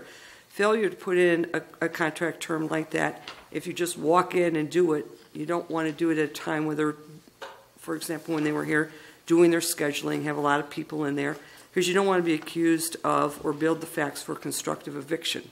So that's why you generally include in those provisions, maintenance and repairs, that you have the permission to enter at reasonable times unless it's an emergency. Paragraph 14 on parking, I was confused. What is the tenant actually leasing? Is the tenant leasing the building and the parking lot, or just the building? I can't answer that specifically. When I reformatted this, the terms of the lease were essentially set in place, and there was some cleanup, but not any renegotiation of substantive terms. Okay, well, this is kind of important. You know, what is the tenant leasing? That's a real key basic provision of a lease. What are you actually leasing? So I was... We clean the parking lot also, along with maintaining the building. That's not the issue. The issue is, what is the tenant leasing? Is the tenant leasing the building, or is the tenant leasing the building and the parking lot? It is my understanding that they lease the building and the parking Okay, around the building. then you should have a fairly detailed description of what the tenant is leasing. What's tenant the is vulnerability? The tenant, excuse me, the tenant is leasing the property located at such and such, which includes a structure, a driveway, and a parking lot. Because now, when you read paragraph 14, tenant may utilize city-owned parking areas for employee and visitor parking without charge. That now becomes moot. Correct. Okay. Additionally, on paragraph 17, on indemnity, on the indemnity provision, it's not broad enough to include maintenance and repair. You want the indemnification to include everything that the landlord is responsible for doing under the lease. Under the lease, the landlord has certain responsibilities. Some of those responsibilities include maintenance and repair. So you want to make sure that your indemnity provision is broad enough to cover what the landlord is required to do. Paragraph number 20, defaults and remedies. It's been a while since I have seen a lease that has a term that the landlord may, without terminating the lease, enter the premises and dispose the tenant and any other occupants of the premises, remove their effects, and reclaim or relet the premises under any terms of satisfactory to the landlord. This section right in here is self-help. And you can't do self-help in the state of Michigan. Self-help is not permitted. So you have a term in the lease that's not even valid. The only way you can enter that premises is either through the express consent of the tenant or through a court order, which you get through an eviction. So I think I would clean up that paragraph in there, because that is going to present a little bit of a problem when you are putting in a contract self-help, which is clearly not permitted in Michigan. Paragraph 30, with respect to attorney fees. If the landlord files an action to enforce this lease for breach, you should include, again, some broad language in there for any summary proceeding. The tenant shall pay landlord's reasonable attorney fees. Now, at the end, it says all fees to be fixed by the court. You don't want that in there.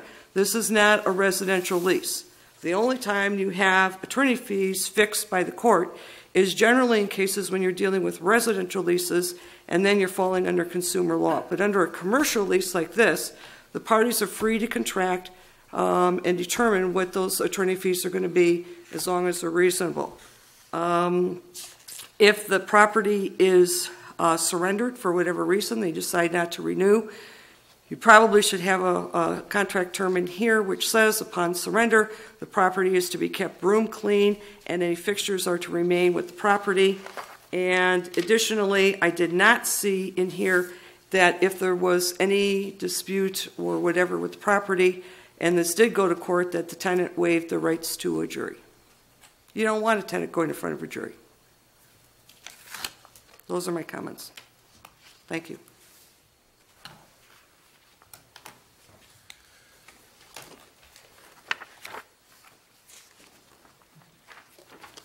I agree with Maggie a little bit on this. I guess that's why I'm not a lawyer, but we hire you guys to do it for me when I'm doing the work out there. But the contract is a little bit loose, and a little language is a little bit loose.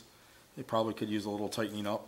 It's good to know what you're preparing property on your own as it is right now. As you said, Bob, we're out there cleaning things up and doing whatever. I mean, it's a good relationship.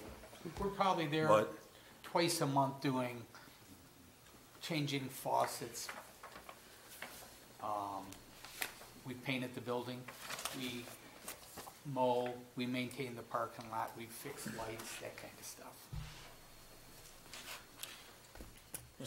Well, regardless of the relationship, I mean, of course, we're always going to have a great relationship with Solara.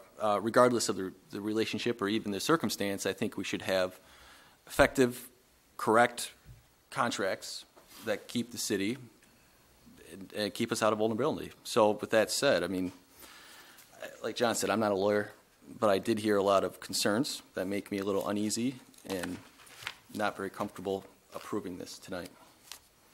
Well, with that in mind, I would recommend that we table this and clean up the language and bring it back before the council at the next meeting.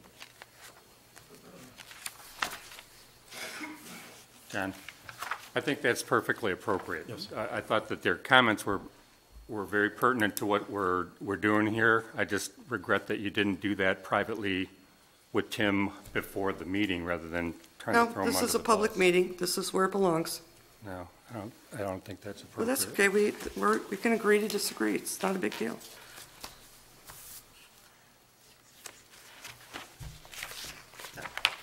We would need a motion to table this for the next meeting. Yeah, I'll move that we table this until new language is developed and corrected till the next meeting. Second. 14th. What day and a date for the next meeting? 14th. December 14th.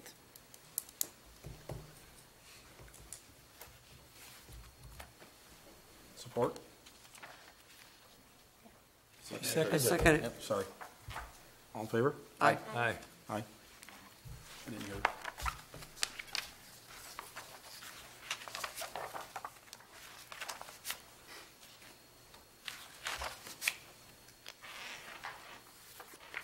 Okay, number 6, under new business. Consider adopting a resolution opting out of Public Act 152 for 2016.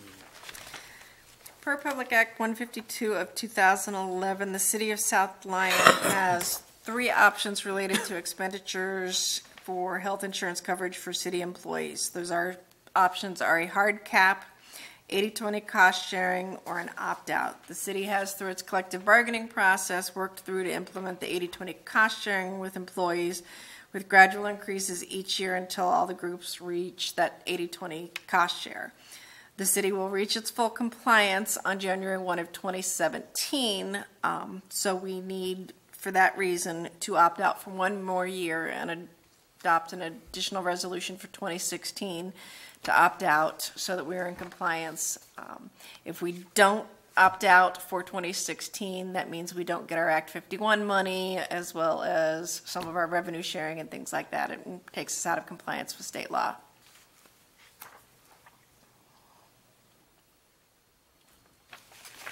What it is.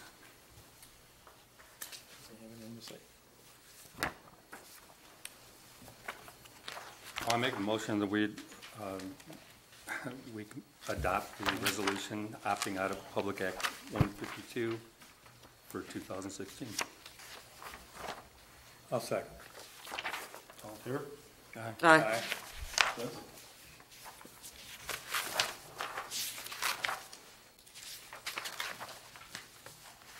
Okay, consider the cancellation of the second city council meeting in December per past practice. Okay, this is something that came up to me last December.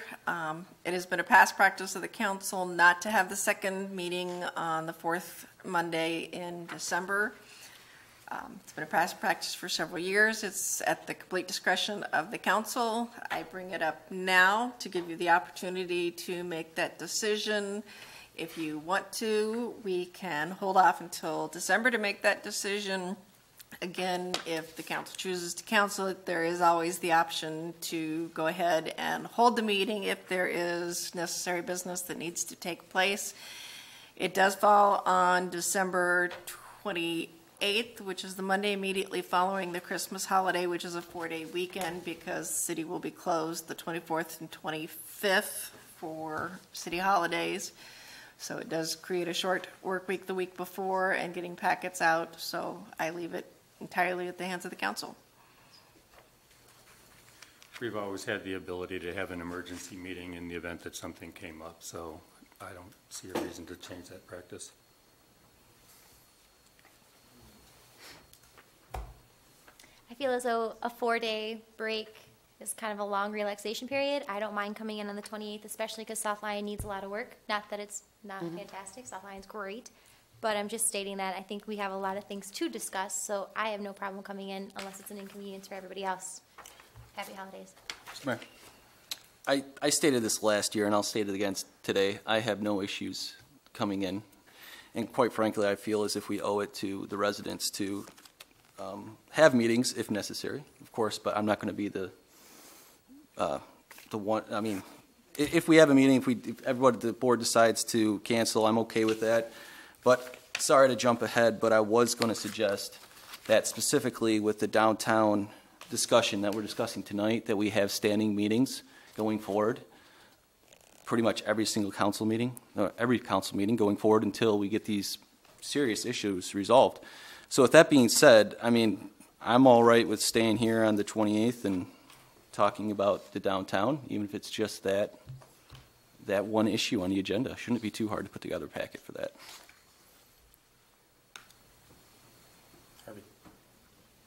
I can be here.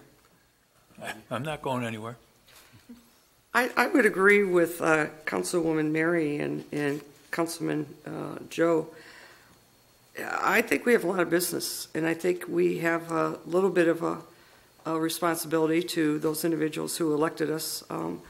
Not that I can't enjoy the Christmas season, I can, but I think there's also a lot of business that needs to be done too. And I don't have a problem coming in on December 28th. It's not a problem for me. Same with me. No issues. I'm not going anywhere. So. I'm happy. All right, that can just die for lack of emotion then. Okay.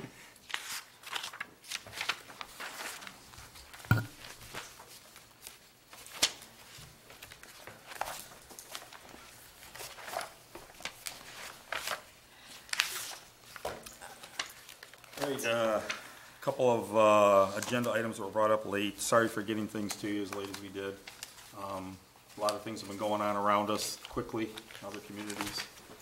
And we've had some ongoing, long-standing problems and issues with some of the same issues that's taking place in cities like Brighton and Northville, other communities. So we have a few new council people up here now. And our existing council that is here, and I'm the new mayor. And I just thought it'd be a good understanding for all of us to see where we are on the blight ordinance in the status of where we stand on what we are working on presently, without getting into really super big details, just to say it was more of a general discussion, I think, just to get the ball moving a little bit, that's all. Mr. Mayor, the city manager and I have talked about this, and I can give council a general orientation. Many of these ordinances in the communities around here use the Dangerous Building Act or the housing law of Michigan, and it provides for a procedure for providing a notice, a show cause hearing, an appeal, and then a right to go to circuit court. And South Lyon does not have anything like the city of Brighton does. Its ordinance dealing with dangerous buildings is very antiquated and archaic. City manager and I have looked at city of Brighton. It does have a little bit different structure, and I guess this would be the issue for discussion that I would present to council is, in Brighton's ordinance, the notice of an unsafe structure is prepared and issued by the administration, and the show cause hearing goes to the city council. And they do essentially, they are the fact finder as a council body, and they would take evidence and reach a conclusion as to the evidence, on the evidence presented to it. And then there also is an appeal, and I'm not quite sure under Brighton's ordinance how that works, but it would be an appeal back to the council at the applicant or the business owner's or property owner's choice. And there also is a right to go to circuit court. So the alternative to that, which is also specifically addressed in the housing law, would be to have the administration issue the notice of dangerous building, and that would be then a show cause hearing before a hearing officer who is appointed by the city and makes those factual findings, takes evidence, and issues a ruling within 5 days after that hearing pursuant to the statute, and then the appeal would go to city council, and then there would still also be a right to go to circuit court to appeal anything that comes out of the council as well. So there is a combination of the administrative side as well as the appeal rights administratively and to circuit court. And that's generally the structure, and my question for council would be, do you prefer one of those arrangements with who is the fact finder? And that's the biggest question for my purposes at this point. Well, I'll give my opinion. My opinion would be that we have a fact finder appointed by the council so that we're not reviewing our own findings at a later date. Any appeal then from the fact finder would come to before council. Is that correct? Do I understand? Yes. What you're saying? And then do I also understand that that decision would be appealable to circuit court? Yes. So if you could, the city would start the dangerous building process by issuing a notice, and that starts a show cause. The city's required to schedule the show cause. That would then be held and conducted by a hearing officer, with essentially the city being on one side of the case and the property owner on the other. There's a written opinion that comes from the hearing officer evaluating that evidence, and an appeal by the property owner would go to the council. That property owner could then appeal that to circuit court. And then what would the typical qualifications of the hearing officer be? You could determine that, but in most instances, you would want some background in building, construction, or something of that nature, so that that hearing officer has a background or frame of reference for being able to evaluate the evidence and reaching a conclusion that makes sense. Well, speaking for myself, I think that would be my preference. Is there a conflict with having the building inspector be the hearing guy? Yes, the statute does not allow you to have a city employee serve as the hearing officer. And I think that makes sense when you do the more traditional American legal, where you have two sides basically advocating, and your hearing officer is, while not completely independent, because it is appointed by the city, there is at least a distancing from the city and that hearing officer.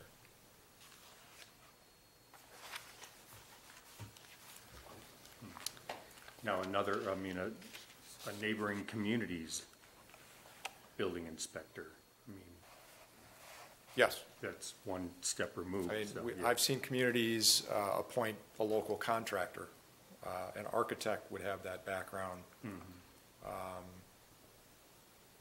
I think you would benefit from a hearing officer having some technical knowledge and being able to I was thinking evaluate. of building inspector because he knows the language of ordinances and things, so. Yeah, I agree with that. You need somebody that's going to, you know, this has gone on for so long, we don't, you know, if we go down that road and start doing this, we want to make sure that the language and everything is going to be just about perfect, you know, because we can't afford to keep falling backwards all the time on this. So somebody that's going to be that person has got to be very, very ready to answer all questions that come up without any hesitation, you know, so there isn't anything that's going to slow that process down in the wrong direction. Well, and typically the hard-bitten troublemakers have some very qualified attorneys, so I mean, they make their living out of that, so.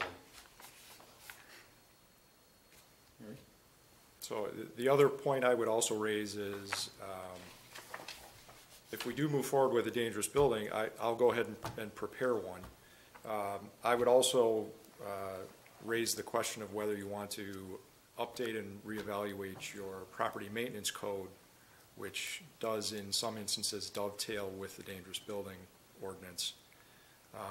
As I understand, I haven't looked recently, but the city is using the 1996, I believe it's a BOCA code as opposed to the International Property Maintenance Code. And that would certainly, I would recommend that you update that to something that the city is comfortable with, and we could certainly seek the input from the building official to get some input on what he is comfortable with as far as enforcement.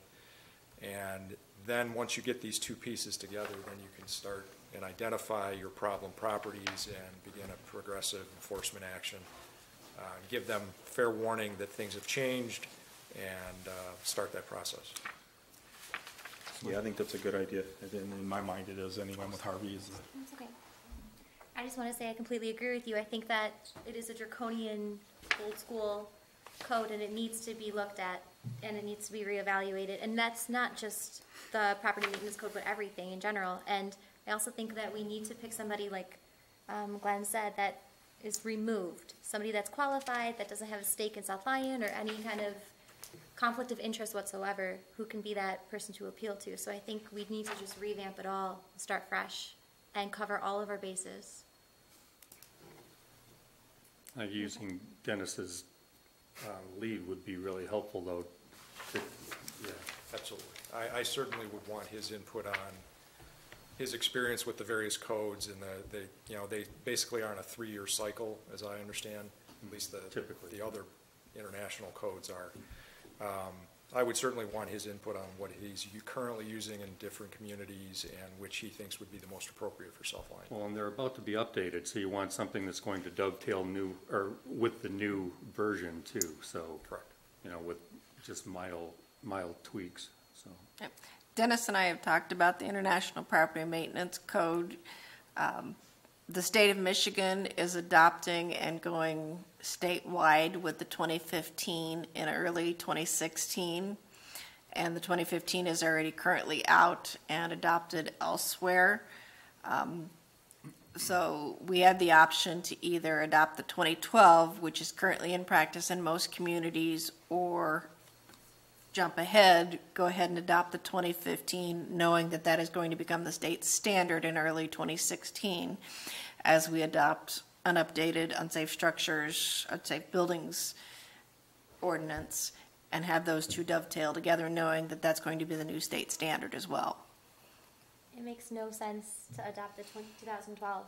We are moving forward, not backward. So that makes total sense to adopt the 2015, knowing it'll be the standard. In fact, that's just my opinion. Well, the building code though is 2009. They skipped 12. Right. They're going but 15, this is the actual property maintenance code. But I mean, those two will dovetail better together rather than 2009. Yeah. Joe. So, all the technical things are I don't have all the knowledge, the legal expertise, but what I can speak of is maybe recognizing that we have a problem that we have landlords who don't really care, to be frank. You go after them legally, and they still kind of turn their nose at you. So what we need to do is find a way to, I don't say get around this, but fix this issue. So we've had a similar circumstance in Brighton. Again, I don't know all the legal details, but them being such a close community, I would say it would be beneficial to talk to the people who've done this before instead of trying to claw our way out of starting from ground zero. Ask them how they've done this, talk to our friends in Brighton, and if necessary, get the people involved who have actually done this, who have the legal expertise, who have the know-how, and the backbone to fight these slumlords. I mean, that's what we need. So I would recommend going out, talking to Brighton, and getting some advice. You have in front, sorry, I don't mean to interrupt. You have in front of you a modification of Brighton's ordinance that I started to put together with several questions I have for the council that I think are very important. It's towards the back, and I've tried to highlight them all under section 1837-1, definitions number 10, so it would be the second page of what would be the City of South Lyons ordinance. There's a structure that has become damaged to such an extent that the cost of repair to replace it in a safe, sound, and sanitary condition exceeds 50% of the assessed valuation of the structure at the time when repairs are to be made. I think that's a very important issue that the council needs to consider if that's something that we want to leave in our ordinance or not. We do have buildings that have historic value in our downtown area. If we do not want to have them considered irredeemable and in need of demolishment, that 50% assessed valuation characteristic may be something that we want to either set higher or remove as a standard. That also ties in with a section further back under 18-834, unreasonable repairs. Whenever the city manager or his designee has determined that a structure is unsafe and has determined that the cost of repairs would exceed 100% of the true cash value of the structure as reflected on the city assessment tax rolls in effect prior to the building becoming an unsafe structure, such repairs shall be presumed unreasonable, and it shall be presumed for the purpose of this article that such structure is a public nuisance which may be ordered demolished without option of repair without option on the part of the owner to repair. I think that's a very strong statement. Again, we have buildings in the downtown area that are we willing to take that stance and say it's beyond repair, and also where are we going to draw the line and say it became blighted? When did it not become blighted? Some of these buildings are old. They've been empty for a very long period of time. Where do we draw the line in the sand and say this is when its true cash value is what we're drawing the 100% at? And so I think those two dovetail together, and I think those are very important questions that the council needs to take into consideration before we adopt an ordinance of this type, and make sure that that is language that you're very comfortable with having in the ordinance and being willing to back the city and its officers when they start making these determinations on structures in the city. The last one, and this is a question because it definitely involves the police department, is under section 18.3-74, enforcing officers. It says the city manager or his or her designee, and this comes directly out of the Brighton ordinance, are empowered to perform the duties and functions and are given the authority of regularly authorized and appointed police officers of the city in the enforcement of the provisions of this article. That's basically giving myself, or in the case I would give it to our ordinance officer, police powers. And I'm not sure the council is, I don't know how you feel about giving those authorities to someone who is not a member of the police department, to give them full police powers when it comes to acting on this ordinance.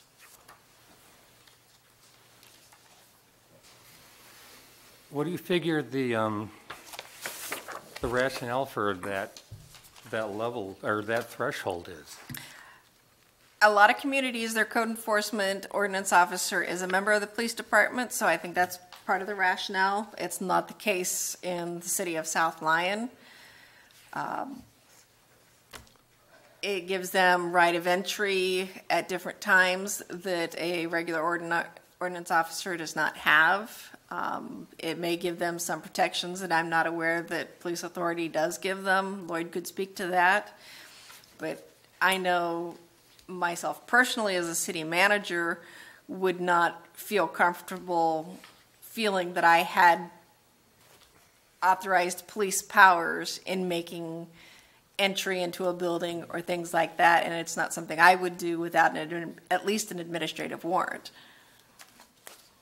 Is that something that could be achieved if the code enforcement officer is accompanied by an authorized police officer?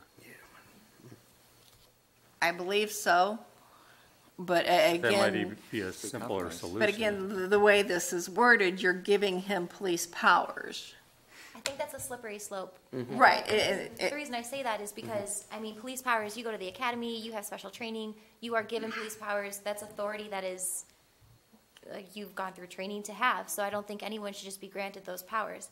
Along the same lines, I know of other cities that actually have neighborhood services, residential services, where if they do need to go in to a facility, they are accompanied by a police officer who will do that for them. So I think it's a very slippery slope. I don't think our ordinance officer and our police department would have any problems working hand in hand to do entry.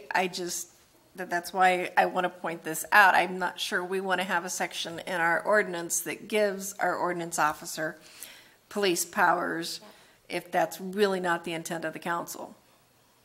We have the good fortune, our code enforcement officer is a former Wayne County sheriff, so, I mean, he knows the drill, but who knows? Nonetheless, yes, exactly. Who knows what the future holds? I would prefer actually that we have one of our authorized officers accompany him, but that's just my 2 cents. I think Lloyd had something to say over there. He looks like he's ready to. Well, I would comment that, to the best of my knowledge, a local ordinance can't supersede state law. And that absent licensing by the Michigan Commission on Law Enforcement Standards, a person in this state cannot receive or be empowered with full police authority.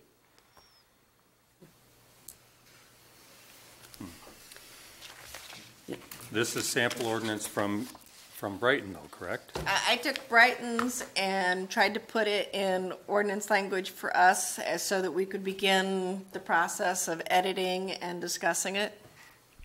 It's definitely not ready for a first reading. No, my intent was to get this kind of up to us to start looking at, because we've just had a big change and a lot's happened, around us. And we're just trying to be very proactive now and try to do something that we can. And I take something that I can't say what you said exactly, Glenn, August 24th, but he made a statement in the meeting that said, we need to take a step back, take a look at everything. Don't make a rash decision and do it very quickly that we're making the wrong decision. So we need to really look at all the assets, all the things that are in front of us and do it right, because we're all in a hurry to jump. You know, so I agree with what you said. I don't know exactly. You said it very well. Well, we've all been waiting for Brighton to Yeah. find this success, Exactly. to be able to glom on to what they've already created. So, Yeah. I mean, this is perfect timing. Okay, Maggie? Yes, I'd like to sort of add to the discussion and sort of tag along what Councilman Joe had mentioned earlier. I was in Brighton last week and happened to be there at their building department for a client and started asking questions, of course, and wanted to know about their blight ordinance. And that discussion led me actually to the law firm that actually is responsible for assisting Brighton in its phenomenal comeback, which nobody can deny. They are just doing a fabulous job. They need to be commended tremendously for the hard work that their city council has obviously spent a lot of time on. I went over to the law firm, knocked on the door, and the attorneys were there. I literally blew in off the street, and I spent about an hour with them and spoke with them, and I walked away and came with the impression and wanted to pass it along to everyone here. They had some very good answers for how to take care of difficult landlords. These are it's a boutique law firm. They are extremely experienced in handling difficult tenants. They are very experienced in handling litigation, and they can hit the ground running. I would like them to come and give a presentation to City Council, ask the questions that you're asking, and I don't see why we have to reinvent the wheel. I personally, if it was my decision and my decision only, and it's not, but these are two attorneys that I would bring on to the City of South Lyon as special counsel and keep them on for about 3 years and identify those properties in town that we need assistance on and let them go at it. That's what I would do. This is not I deal in real estate, and this is not a matter for somebody who does not have an in-depth background in real estate. One of the attorneys actually teaches code enforcement to code enforcement individuals. Their list of clients was extremely impressive. They have a very strong, solid background in real estate, and they also have a winning track record with difficult tenants. And right now, I think we need probably some lawyers that have the experience that we're looking for that can start running with this project almost immediately. I don't think this is a learning curve project. I think there's too much at risk here, and I think, quite frankly, you got to bring in where the talent is. I don't do brain surgery because I'm not a brain surgeon. I don't like to do the work. But I'm smart enough to know to go out there and find the people that have the absolute talent to do the work and have the skill set that is required at this time. This is not easy work. This is very, very difficult work, and you better have been through the ringer a couple times on this stuff, because if you don't, you're going to get in trouble. These guys have been through the ringer.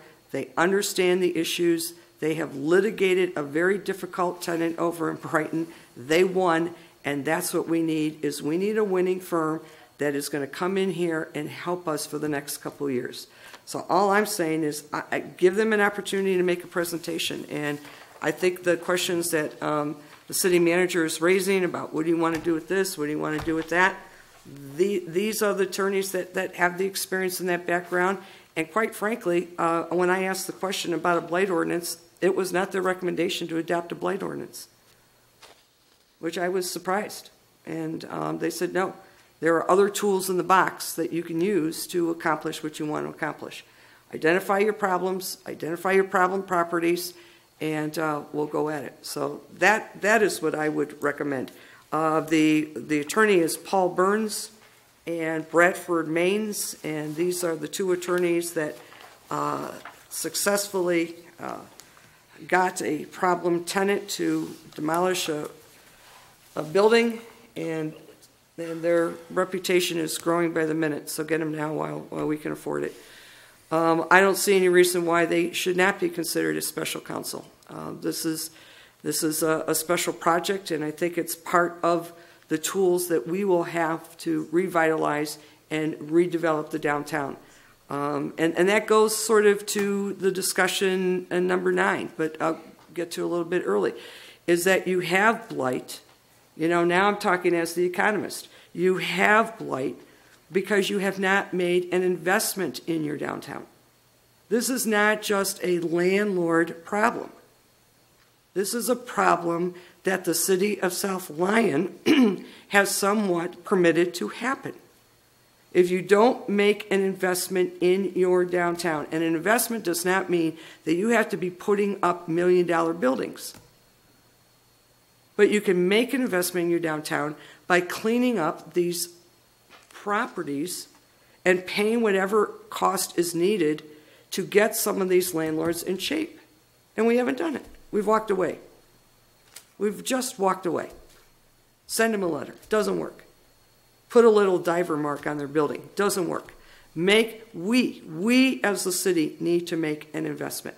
And our investment is probably going to be on the legal enforcement side and getting in and starting with some of these landlords and getting those properties cleaned up. That's the investment. When you don't have investment, you have blight. And there are plenty of studies throughout there, from urban studies from Wharton that I've reviewed, from that go on with the city of Philadelphia, studies that are now going on with Michigan State University, dealing with the issues in Detroit and Flint.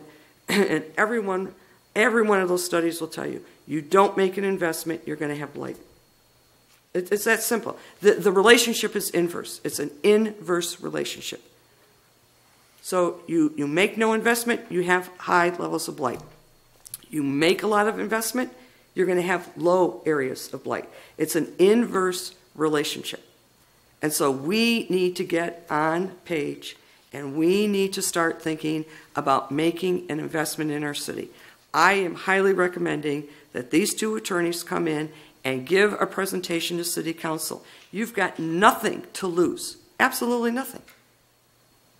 But you will gain a lot of knowledge and sit there and say, okay, can I have these 2 attorneys for the next 3 years in here pushing and pushing and pushing and getting some of this property cleaned up?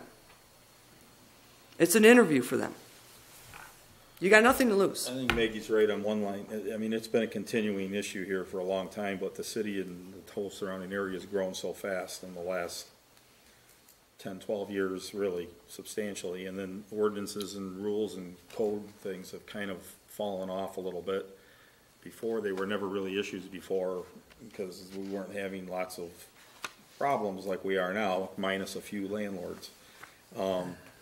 But things are changing so quickly and so fast in the real estate market, the way the legal system is. Councilman Kibble alluded to it by saying we've been waiting for Brighton. They've delivered this to us, you know, I mean, so it gives us a lot of help. Whether these attorneys are the right answer, I don't know, but this is why I wanted to bring it to the table so we could all discuss it, because I think we all kind of are on the same page. We just don't know where to go. Well, because it's gone on for a long time through lots of administrations all the way back, you know, and it's like, so. If they were the ones that implemented that strategy, we should be talking like crazy to them. And if I may just add, I found in the conversation, I sat back and I was really saddened. It was a tough hour to spend with these 2 attorneys. It was a tough hour. And I'll tell you why. 3 points came out. I was shocked to learn that the city of Brighton had less of a population than the city of South Lyon. I was shocked. For some reason, I thought the city of Brighton had a much larger population base than it does. And then I was shocked to find out that the city of Brighton has less square mileage than the city of South Lyon. And I'm looking at the city that is smaller than South Lyon, and I'm in that city once a month going to dinner on their main street, which is packed. You have to wait in line to go to the restaurants. It is absolutely booming Thursday through Sunday night in that town, beautifully decorated in the downtown during the Christmas season. It is just absolutely unbelievable what that town has done, but they have the right tools in their box. And then to top it off, I learned, and I don't know if anybody else on City Council is aware of this, but that the University of Michigan is bringing an investment into the city of Brighton. I believe they told me it was $178 million investment is coming into Brighton. And one of the criteria, not the sole criteria, not the predominant criteria, but one of the factors they looked at in bringing that $178 million investment to the city of Brighton was their downtown. And I just sat there and said, what investment are we losing out on? What investments are going to other cities? Because part of the package is a downtown, a viable downtown. That was a tough meeting last Thursday. And I just blew in off the street. These attorneys met me for the first time. They didn't know who I was. I'm here from South Lyon, and I'm desperate, quite frankly. And I think we need to get serious about the downtown. And I think when you get serious about the downtown, you get the right people for the right job. And I say, I'd like to invite them to a city council meeting if it's agreeable with everyone here. I second that right away. Absolutely. It doesn't hurt. It certainly doesn't hurt, and you have absolutely nothing to lose. We, as a city, have nothing to lose by just them coming here and speaking with us. I agree. Mayor? Hearing this conversation, it reminds me of a few things. We're on this board and on this city, we all live in various areas. The subdivisions, I'm in a subdivision myself, downtown, other different streets. But what we have in common is the heart of our city is the downtown. And I cannot tell you how many people this past summer when I was speaking to residents and voters and whatever age they were. They could be all the way from graduating high school up to residents who have lived here 50 years. What they say is we don't want to have to leave South Lyon just to have a nice night out. And sadly, that's what too many people are doing in this community, is they're leaving. And they're going to other places, such as Brighton. They're going to Northville. And that's the thing they're saying. They're saying, please, Joe, please, can we get something downtown that attracts people? And that's why I am so happy that we're at least discussing this tonight. Because 1 year ago, we weren't able to even have this discussion. And I think this is a really good starting point, John, that we have this on the agenda. So thank you for putting this on the agenda. We're getting the discussion going in the right direction. And yeah, let's bring in the experts. Let's bring in the people who have done this before. We don't have to make any rash decisions, but let's talk to the people who know how to get this done. And I'll just leave on one final note. I was debating if I was going to say this. I'll just say it anyways. We've all heard of the definition of insanity, doing the same thing over and over again, yet expecting the same results. I feel like that's what we've been doing for the past how many years, is the same thing over and over again, saying, oh, it's not our fault, we can't touch this, this is private property, or we can't do this, or we can't do that, or that's just not South Lyon. Well, I'm sorry, I'm not going to accept that. This is our community, and we need to do what we can to make it the best community for everybody. Thank you. It is a little frustrating for me, I guess, because I go back quite a few years, and when Councilman Kibble and me were both here, and we kind of went through this whole little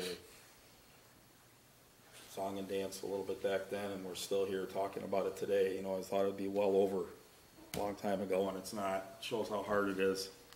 So I think this was a good starting point for us to all sit down and talk, because I think everybody here wants to kind of get this going in the right way for once, because it's only going to be good things for the city in the long run. I guess that means I should shut up.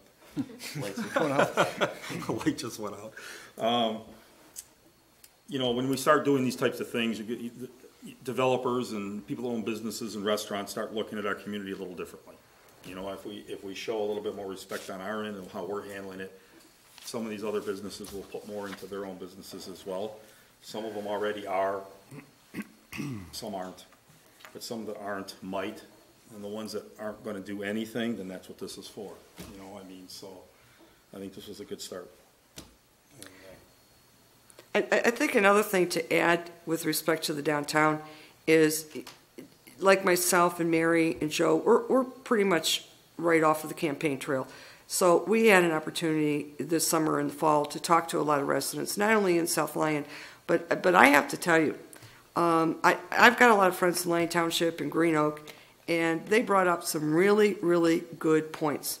And they would say, you know, Maggie, Green Oak does not have a downtown.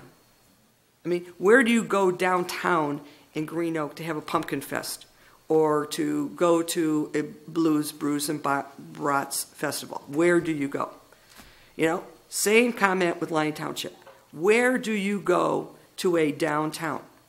And then you look at Salem and you say to yourself, we are their downtown. Every single person that I know in the surrounding communities want us to succeed. They want this downtown just as bad as we do. So it's not just a South Lyon issue. This is a regional issue. People in Green Oak and Lyon Township are just as frustrated with the decay and the Dust Bowl that we call downtown South Lyon as we are. They are just as frustrated. And I think that if we can move forward with a plan, move forward with a strategy, we're going to find that there's going to be some great partnerships out there that are going to help us, that maybe Lyon Township is going to have a developer that isn't going to fit their retail scheme, but maybe there might be some spill off over here into South Lyon, but maybe that retailer might fit us. And for those of us that do a lot of real estate, I'll tell you, because our worst days potentially, if we don't get a hold of this now, are down the road. Because everybody will tell you, you don't put a grocery station or a grocery store in a field. You wait until the subdivision gets built, and then you start bringing in the retail. Well, you drive down 10 Mile, and I'll tell you, we are about 3 years away from massive retail moving into this region. Because the retail's not going to come in until the homes are sold and the families are there, and you're going to see a wave of retail move into this region like you've never seen before. And we better hope South Lyon is positioned to handle it, because you don't want all that retail spilling off into Lyon Township or to Green Oak, because they're not going to come in now and put a building up and wait for those subdivisions to get developed, or wait for phase 3 or phase 4 to get done. I mean, they're going to wait till everything is done, and they're going to start moving in. And competition's killing us. I mean, competition is killing us in the surrounding areas. And we haven't addressed it, we haven't dealt with it, and we've just have to start getting a plan. And if I'm speaking like there's urgency to this, there's urgency to this. Because I'm not going to go publicly to what happens to a downtown when you become really, really blight. Because you may potentially lose 4 businesses next year, 2016. We're losing 2 already, kind of. We're losing. Yeah. So long-term. Yeah. So 2016 could be rock bottom, and you don't want to be there. Well, I think we're all on the same page. Yeah. I think we've got what we wanted. I think leave it as an example. I mean, Detroit's a monster, you know, but if you look at what they were a couple of years ago, and they were a laughing stock all over the country, to the TV shows, to the comedy shows, to Saturday Night Live, to everything, and now everybody's looking at them going, whoa, what's going on over there? And it wasn't really that they've done that much. They really haven't done that much different, other than the perception has changed tremendously. You know, they got rid of a few bad seeds, and now everybody's all falling into line, and they're all wanting to do something. And it shows we're not going to be anything like that. I don't want to be like that, but the perception is huge. And if we can get people to start thinking differently and more positive towards what we're trying to do, and then hopefully some of these business owners, which some already are doing, we have some great business owners that have moved into town that are really making an effort. And I think we owe it to them as well, because they're making a financial commitment with their families and everything to come here and be here maybe instead of somewhere else.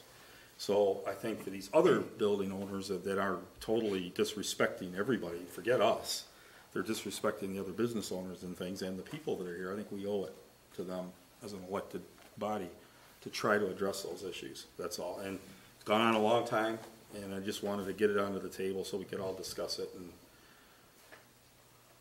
get our blood pressure up a little bit. John?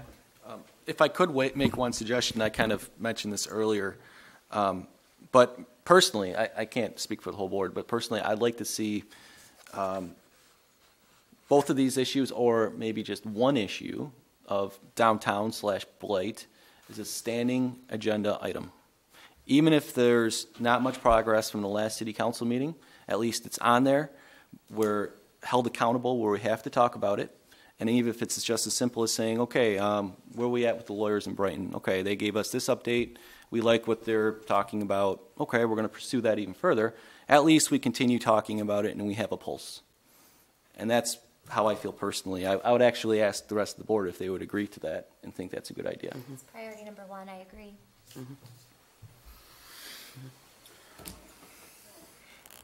What, do you want me to invite Paul Burns and Bradford Maines? I mean, is there a consensus for No, I that? think we should maybe let Lynn do that. Yeah, well, Okay. the city manager manage it. Okay, I will give you their phone number and call them and tell them that Maggie brought it up. All right. But like I said, I literally blew in off the street. I met them for the first time, so. I will do so. Well, we really are at a perfect point in time with the growth that's on our perimeter. Our coffers are filling. We've just made it through a very difficult financial time since 2008, and we came through intact. So now we're able to actually start being a little bit more assertive in moving forward. The redevelopment, there's potential in our downtown is enormous. We can capitalize on taking advantage of the structures that already exist and improving them, getting businesses that are strong and viable, and then the redevelopment of areas that are underserviced will end up being a great augment to what's existing down here. We have to do this before that Grand River corridor starts to get developed, or we're going to lose the position that we're in right now of being that plum to be able to service this entire region. So we need to get working. Plus, you got Mills a couple of years away too. There's a lot of houses going in there. If they ever get done. All right, so I think we're pretty well exhausted on that one for now. But the downtown's part of that's the next issue. It's kind of part of the same issue in reality. It's just in general, we alluded to it, some of the ordinances and code regulations are a little bit antiquated. Maybe we're perfectly in line with some, and maybe we're totally out of whack with, some of them. I don't know, really, without looking at all the other ones that are going around us. But the bottom line is we are in competition with our surrounding neighbors for business, and we need to see where we stand to at least track them here first. If they look at all that and say they can't come here right off the bat, they're just jumping over us, leapfrogging over us somewhere else. So I think it needs to be addressed as well somewhat, and taking a look at it. We can't do it all overnight, that's for sure, but it's the same thing. Discussion was, I think Maggie's the one who wanted to bring it up, but it's the same thing in my mind, a few of us live downtown, so we understand some of the problems that we see it maybe more than some of the people in the subdivisions do, just because we're in the middle of it, but everybody's driving through our town, through the townships in most cases, like Green Oak doesn't have a downtown, and everything, so I think it's extremely important that we understand how important our downtown is to the city, I guess. So that was my only statement I need to make on that. Two things that I would point out that are very important on the downtown discussion. The city's master plan, which was updated but never formally approved. Right now, you've got it. I was going to ask that question. Kelly's in the process of getting the letters ready to send out to the neighboring jurisdictions. That should go out either this week or next week. Once that goes through and the master plan gets approved, that's a huge step forward. The master plan hasn't been updated in a very, very long time. Going hand in hand with that is the updating of our zoning ordinance. Tim and Carmen have been working very hard on that. That is something hopefully will be ready first part of January or sometime in January. I know they're working hand in hand on that so that as soon as the master plan is adopted, we can adopt the new zoning ordinance. that affects a lot of the things that are going on in the downtown area, making changes to the way things are being done there. So, in addition to things we're doing in terms of blight, making changes to the way things are zoned for the downtown area, restrictions, changes, allowances, variances, things like that will be impacted with that new zoning ordinance. So those are a lot of the changes that are being made to move the downtown district itself forward. I would like to point out, and Brighton is a very good example. Brighton has a very, very robust downtown development authority.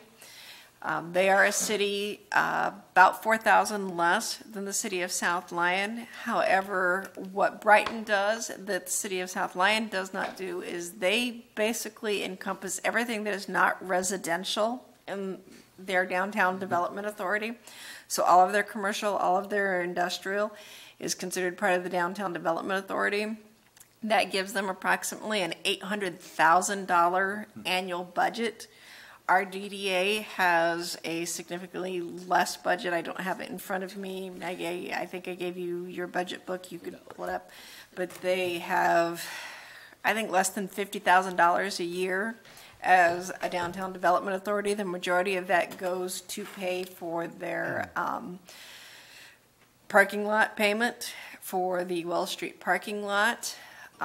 If the downtown development authority district itself was expanded from the very small area it is to a much larger area, the TIF capture could be expanded. The city of Brighton, I believe Kelly said, has 2 full-time staff members with benefits on staff to handle not just blight issues, but economic development, recruitment of employees, making sure that businesses are flourishing, handling, scheduling activities, things like that. That's not something that the city of South Lyon has or has the financial resources to do based on what our DDA budget is.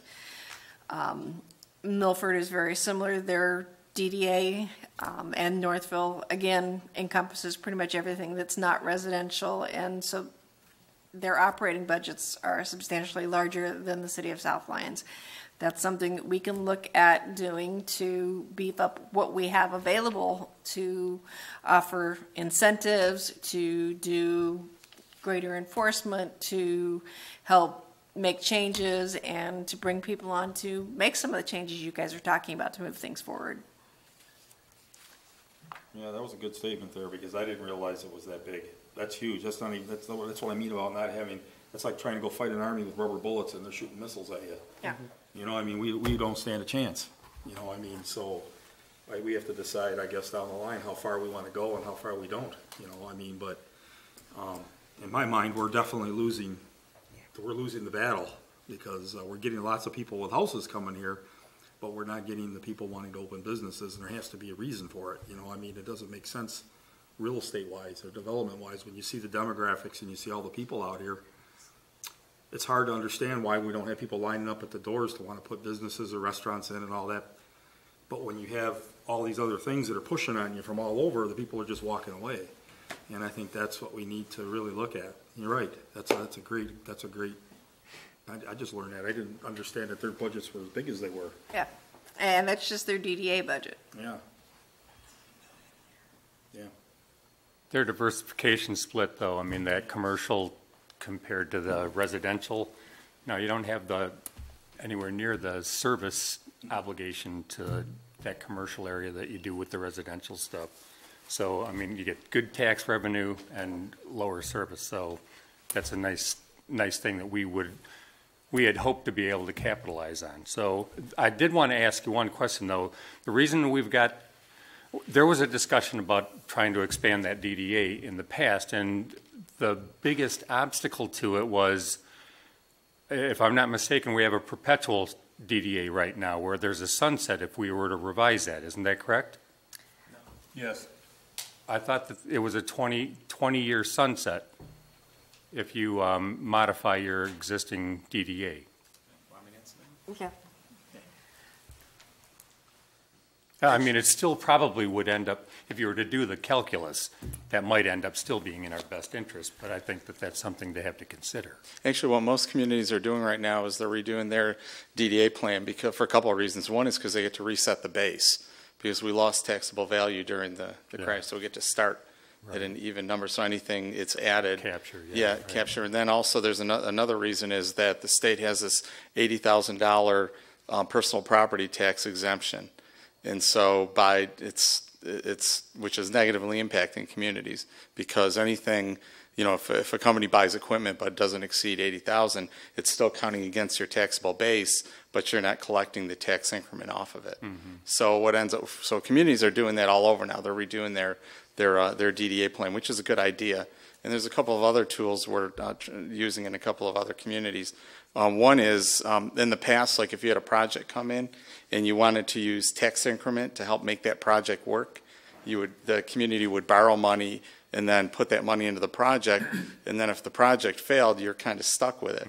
So what we're doing now, though, is we're setting it up in the DDA plan so that you can commit tax increment to a development, but they have to borrow the money. They can include it in their pro forma, but they can actually borrow the money. So if the project doesn't work, you're not out anything, and you're just committing the money that they would generate, the new tax increment that they would generate. So you're not using any of your other potential increment to fund that project. So there's a lot of different tools that you can use, but what you do is, in the past, Oakland County in particular would opt out of, if you went to redo your boundaries, they would opt out of the plan.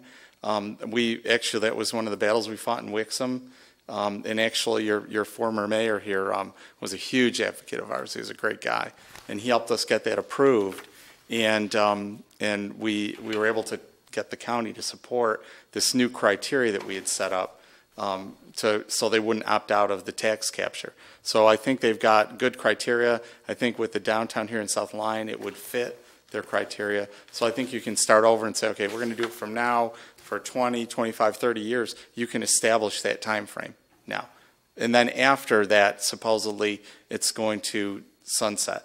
It's going to disappear after that time period. But by then, you have a successful downtown, and you don't have the private sectors taken over, and you don't need to capture all of that money, and you can put it back into the general funds and use it elsewhere. Whatever vehicles will happen in the future to accomplish the same goal. So, you know. Yeah. So there's a lot of good things you can do with your DDA to make it stronger, to be able to capture the funding like that.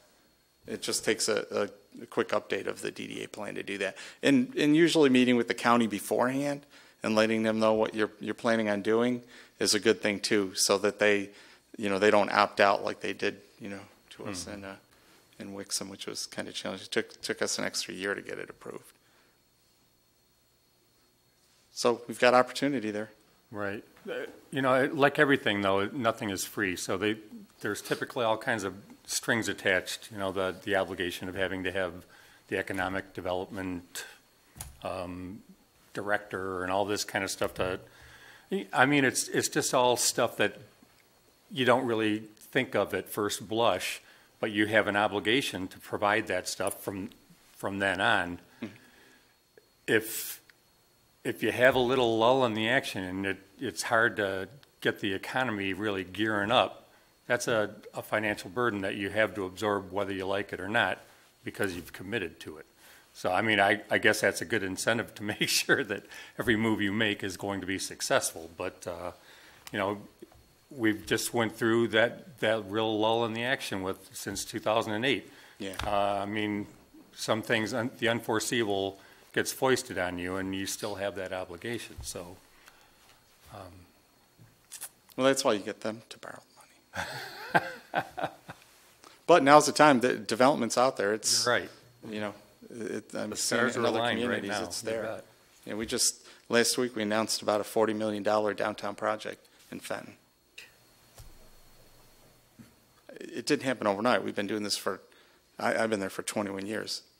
And it wasn't just, you had to do a lot of other things to get to the point where the downtown was viable, and now there's all sorts of stuff happening. But it was a long, hard road, but there was consistency over a long period of time. Consistency in leadership, consistency in the vision. Everybody stuck with the vision for a long time, made good decisions, hard decisions over a long period of time, but stuck with it, and eventually now they're starting to reap the rewards of it. So it's just making all those little decisions along the way. It's blight, it's making sure that you've got a great appearance when folks, it's signage, it's all sorts of things that go into it, to get developers interested in the community, and then and to get, like they're seeing in Fenton, to get the private sector to take over. They didn't have to put any public money in that. They said, no, we don't want any public money. It's all, we're going to do it ourselves. Mhm. That's the goal. Yeah. So it Because can be those done. guys watch their pennies, so they're investing in things they know are getting a return. Yeah. So, yeah. Yeah. I mean, they've had some lucky things happen too, but once good things are happening, other folks like to jump onto where good things are happening. And that, if you're interested at any point in time, it'd be worth a field trip up there. City manager said, yeah, have them come on up. We'd love to show them what we're doing, show you the fire hall that was converted into a restaurant, show you the 4-story mixed-use building that the DDA helped put together, and it really led to some other things that they're doing. It's pretty amazing. So, and they had a lot less to start with than you did. What's the population? When I started there, it was 8,000. It's 12,000 now in the city. What's their square mileage? What's that? Square mileage? I can't remember that. It's not terribly big. It's not huge. Roughly the same size as South Line? Yeah. They had an urban renewal mall, pedestrian mall, that just died on the vine. It was not a good project. It was pretty bad. You had to loop around downtown, and it was all vacant, and so I don't think those work so well. No. I think whenever you're trying to create something from nothing and you don't have it to begin with, they're like a fad. Some communities have already done that, and they just haven't really worked like they thought they were going to. Yeah. And I think when you already have a downtown, the revitalization of what you maybe already have is the key, and some cities do very good at it and some cities don't, but the same thing with housing and everything in general. But I've always thought that, just from my background, that when you try to put a faux downtown, so to speak, it kind of solves a need early, but it tends to die. Yeah. You don't get what you're really wanting. It ends up being a big strip mall, opposed to what a real downtown is supposed to have. Doesn't have that feel that South Lyon has, that Milford has, that Norfolk has. You drive into those towns and you go, wow, this is really a cool little town. You don't get that in those towns like that have created those. That's why they don't. So we bought it all up, opened the road back up, and there were a lot of folks that were involved in approving that decision that were not really in favor of it, of opening it back up. So we opened it back up and putting buildings up, and it was a long, hard road. I think being part of, I'm highly opinionated, but I think part of trying to do what I'm trying to do is I'm willing to listen to everybody outside of what's going on, because I don't have all the answers, that's for sure.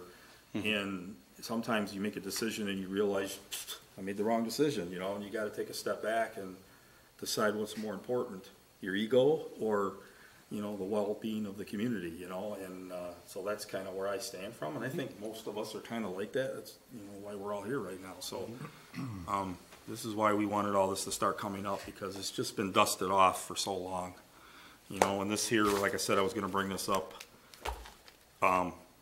I asked for it the other day and I got it, and I looked at the first thing I saw was 6313 on it, and it's like, and it says draft.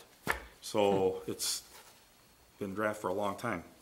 It's a very good plan. So it's a good plan, yes. Still totally relevant. I read it. I've read it more than once, but I'd like to see it go from draft to being something we can use. That's all. I know it's hard. We're all wanting to jump, really fast now, but I think the synergy's good right now. So I think we need to hit it when we can, like Glenn says, before we miss out on an opportunity that's right here now, the plum, so. Thank you. Okay, thank you. Pretty happy? Council comments? Manager's report first. Well, it kind of dovetails into everything we were talking about. I don't know if any of you have had a chance to read the weekly report, but one of the things that I wanted to bring up, and I talked to Tim about it, it's not something that's ever been done in South Lyon before, but bringing in an outside facilitator, doing a council retreat, going off-site. Obviously, it would be noticed as a public meeting, but bringing a facilitator and having a goals and visioning session for the council to set the goals and visions and policies that you guys would like to see. I think it would be good for the department heads and myself and the council to all sit down with a facilitator that is not associated with the city, find out what direction you would like to see the city go in the next year to 18 months, give us our marching orders and help us better understand where you'd like to see us go. I mean, obviously the blight and the downtown are two issues that seem to be very important to the council, but I know that there are other issues that are probably out there. And so I wanted to throw this out there if that's something that the council is interested in. I know the league and there's others across the state that do these kind of sessions. I've run it by Tim. He said we could hold it at the conference room at Johnson Rosati. There are communities that run a conference room at hotels and make it an evening thing where the council members spend the night at the hotel the night before, and then we just spend all day Saturday from 8 to 5 literally focusing on what the council wants to do for their vision. I think this is a good time. We've had a major changeover in the council, and it'd be a good opportunity to really work together as council and staff and move the city in a good, positive direction.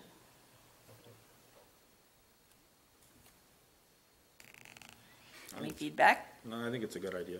I mean, I come from the corporate side, a lot of us do, but I mean, we're always having study sessions and vision sessions and things. The only thing I hate is more meetings, but if they're positive and they're all really laid out exactly what we're going to be doing with it, I think they're nothing but good.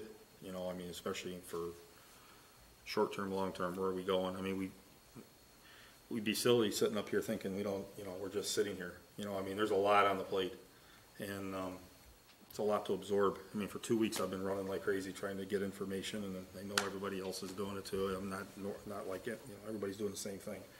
But I'm a little overwhelmed with the amount of information that I'm having to absorb very quickly of things that just isn't there, you know, and it isn't one person's fault. It's just a conglomeration of years of just things not getting there, you know, and it's not one person in general or one council, or it's just a long time process with the amount of growth that's going. At the same time, people pushing all the extra stuff, you know, I mean, it's been a difficult proposition to maneuver through.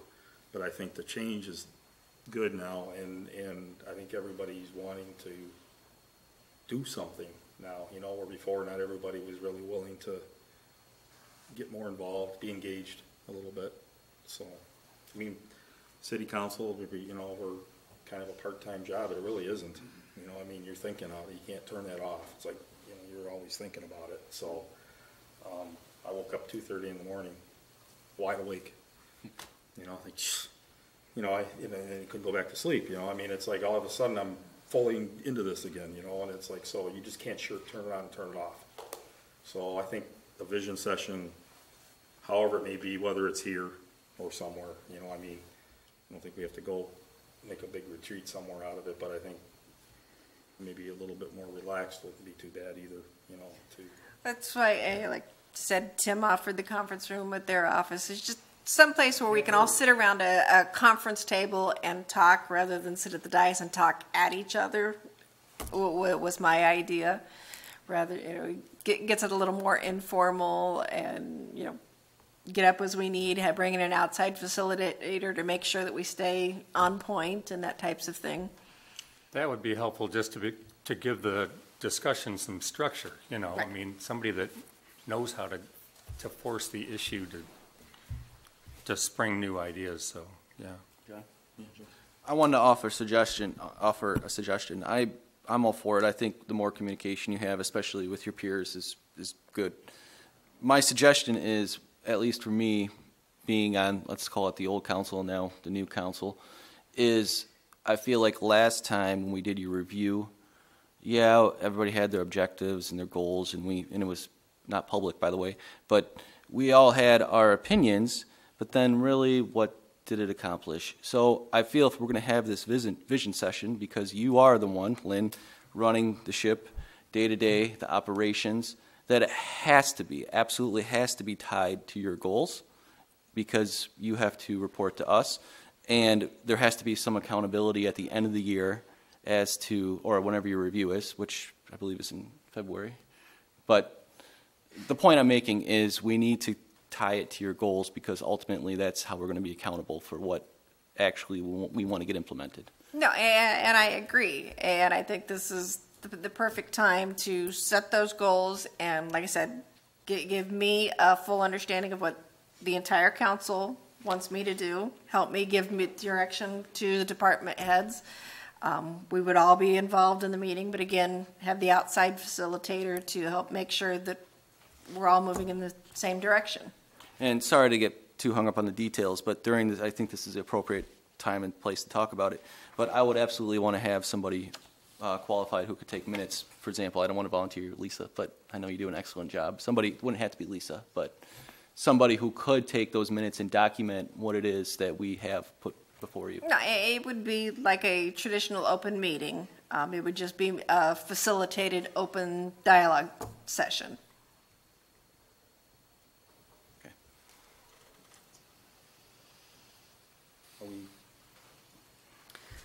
I would, if, just to add a little bit of input, I would prefer not to go to the law firm. I think I go to conferences down in Ann Arbor on Plymouth Road, just around the corner from MLL. It's at the Holiday Inn, and they have a very nice conference center, and you can go there and have a nice room set up with coffee and tea for the morning. Maybe one of their individuals or facilities is from Ann Arbor anyway. There's a restaurant there, or you can have a catered lunch, depending on the time. I think it's important to get out of the environment, and that might be, and I think they're pretty reasonable if you order the lunch. So if you get a lunch, then I don't think you pay for the room. So I think it's right there on Plymouth Road, right there by 23. And I would agree with Joe. I think, I'm a real big identify the problem and then work on the solution. And I think that the vision session has the potential for clearly identifying the problem that we're having in the downtown area for whatever problem. And I think that you need clear identification of all the components of the problem. It's never just one thing. It's generally 4 or 5 issues that are contributing to why you have a problem. Blight is symptomatic of the problem. There are other things that are going on that we can do to improve relations with the business community and the surrounding community. But until you identify the problem, it's difficult to say, well, this is going to be our solution. And I think possibly the vision conference or the vision session that we have will be an opportunity to begin putting together a plan. Because I think you need some sort of tangible written plan that is dynamic in form. It doesn't have to be static, doesn't have to be firm. It can change as new elements come into the picture and new opportunities come into the picture. Opportunities, I like to be optimistic and say opportunities are infinite. We have infinite opportunities to improve the downtown, so we can take advantage of that.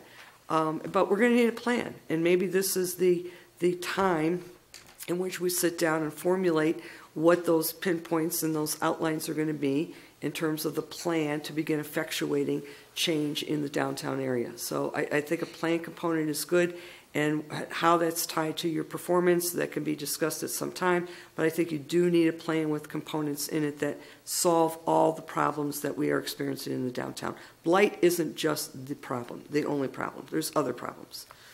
So, thank you. So if the council is in agreement, I will look into facilitators and dates and bring several of them back to the council at the next meeting. Okay? Make a comment on I think we may also need some kind of an agenda. I was just thinking while Maggie was speaking that if we're going to talk about just downtown, or just blight, or just economic development, that's one thing, and we could spend a day on that. We spent half a day already today. If we're going to have, we've got other things to worry about in terms of our retirement system and the backlog on that. So I don't think we're going to be able to cover all of those issues in one day. Pick a couple, and I'm talking to all of us, pick a couple and let's stay on task. Yep. And not just wander all over the. Well, what we could do is we could set the date, set the facilitator and the location, and then have each council member select 2 topics that they feel need to be discussed, and that can be the agenda. And that way the facilitator knows what needs to be discussed and figure out how much time he needs to allocate for each topic and keep everybody in line. That way he has an agenda and he knows, okay, if we've got 14 topics and we've got 8 hours, we've got 45 minutes for each, and we really need to stay on topic. We can't get sidetracked. Yeah, and I agree. Harvey said perfect. Tonight, it was general discussion to talk about, the blight and the downtown, and it just was going. I mean, we could have gone on another 2 more hours, I think. And we really aren't saying anything any more than what we've already said in the first 45 minutes. So I think that's a very good point, that we'll need to keep it to a certain amount of time, too. So we do address the issues and make something good out of it, opposed to just going on a vision retreat, and coming away with no answers. And 14 topics might be too many. I was going to say, Harvey. Well, but there's a good chance that several of you will come up with the same topics, so we won't have. Yeah, so we'll have duplicates. Distill it down to like 3 or 4. I was actually going to suggest that maybe at the next council meeting, we iron out those topics, so that way we don't have to have any, we can know going into the meeting what we're going to. Okay, you can each bring the topics that you would like discussed at the session, and we can iron that out at the next council meeting. Good. Okay. So, okay. The next thing I had is I wanted to remind everybody that the city's holiday party for employees, council, volunteers is December 16th at the South Lion Hotel. You should be getting your invitations in the next week or so. I believe they're going out either tomorrow or Wednesday. The city will be closed for the holiday Thursday and Friday. That's the 26th and 27th of this week. But we are here all day tomorrow and Wednesday, so if you've got any questions or need anything, please feel free to give us a call. And Mayor Gallus, you had asked for Kelly to be here, so I wanted to make sure I introduced her.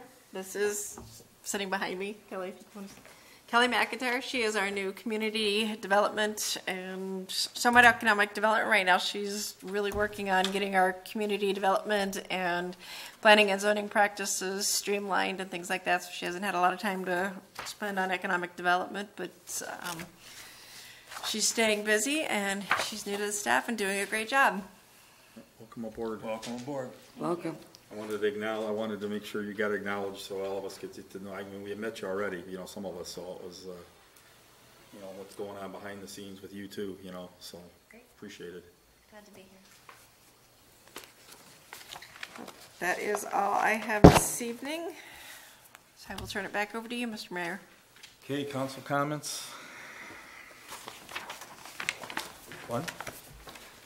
Well, I just wanted to thank DPW. They really stepped up and addressed the snow over the weekend, and the same job they do every time we have an issue like that. You guys always handle it very professionally, so I appreciate that. And I wanted to also make sure everybody understood that over the weekend there was a catch, a pump that fluoridates the water, apparently was being overactive, and they ended up catching that, and were able to respond to it before it became some kind of a real health concern. So those guys are really watching out for us, and in ways that, a regular homeowner in South Lyon, as long as they turn the handle and the water comes on, they're really not thinking about all the stuff that it takes to accomplish that goal. But those guys are very good at what they do, and they're always thinking about making sure that they provide the best service that they can to us, and I appreciate that.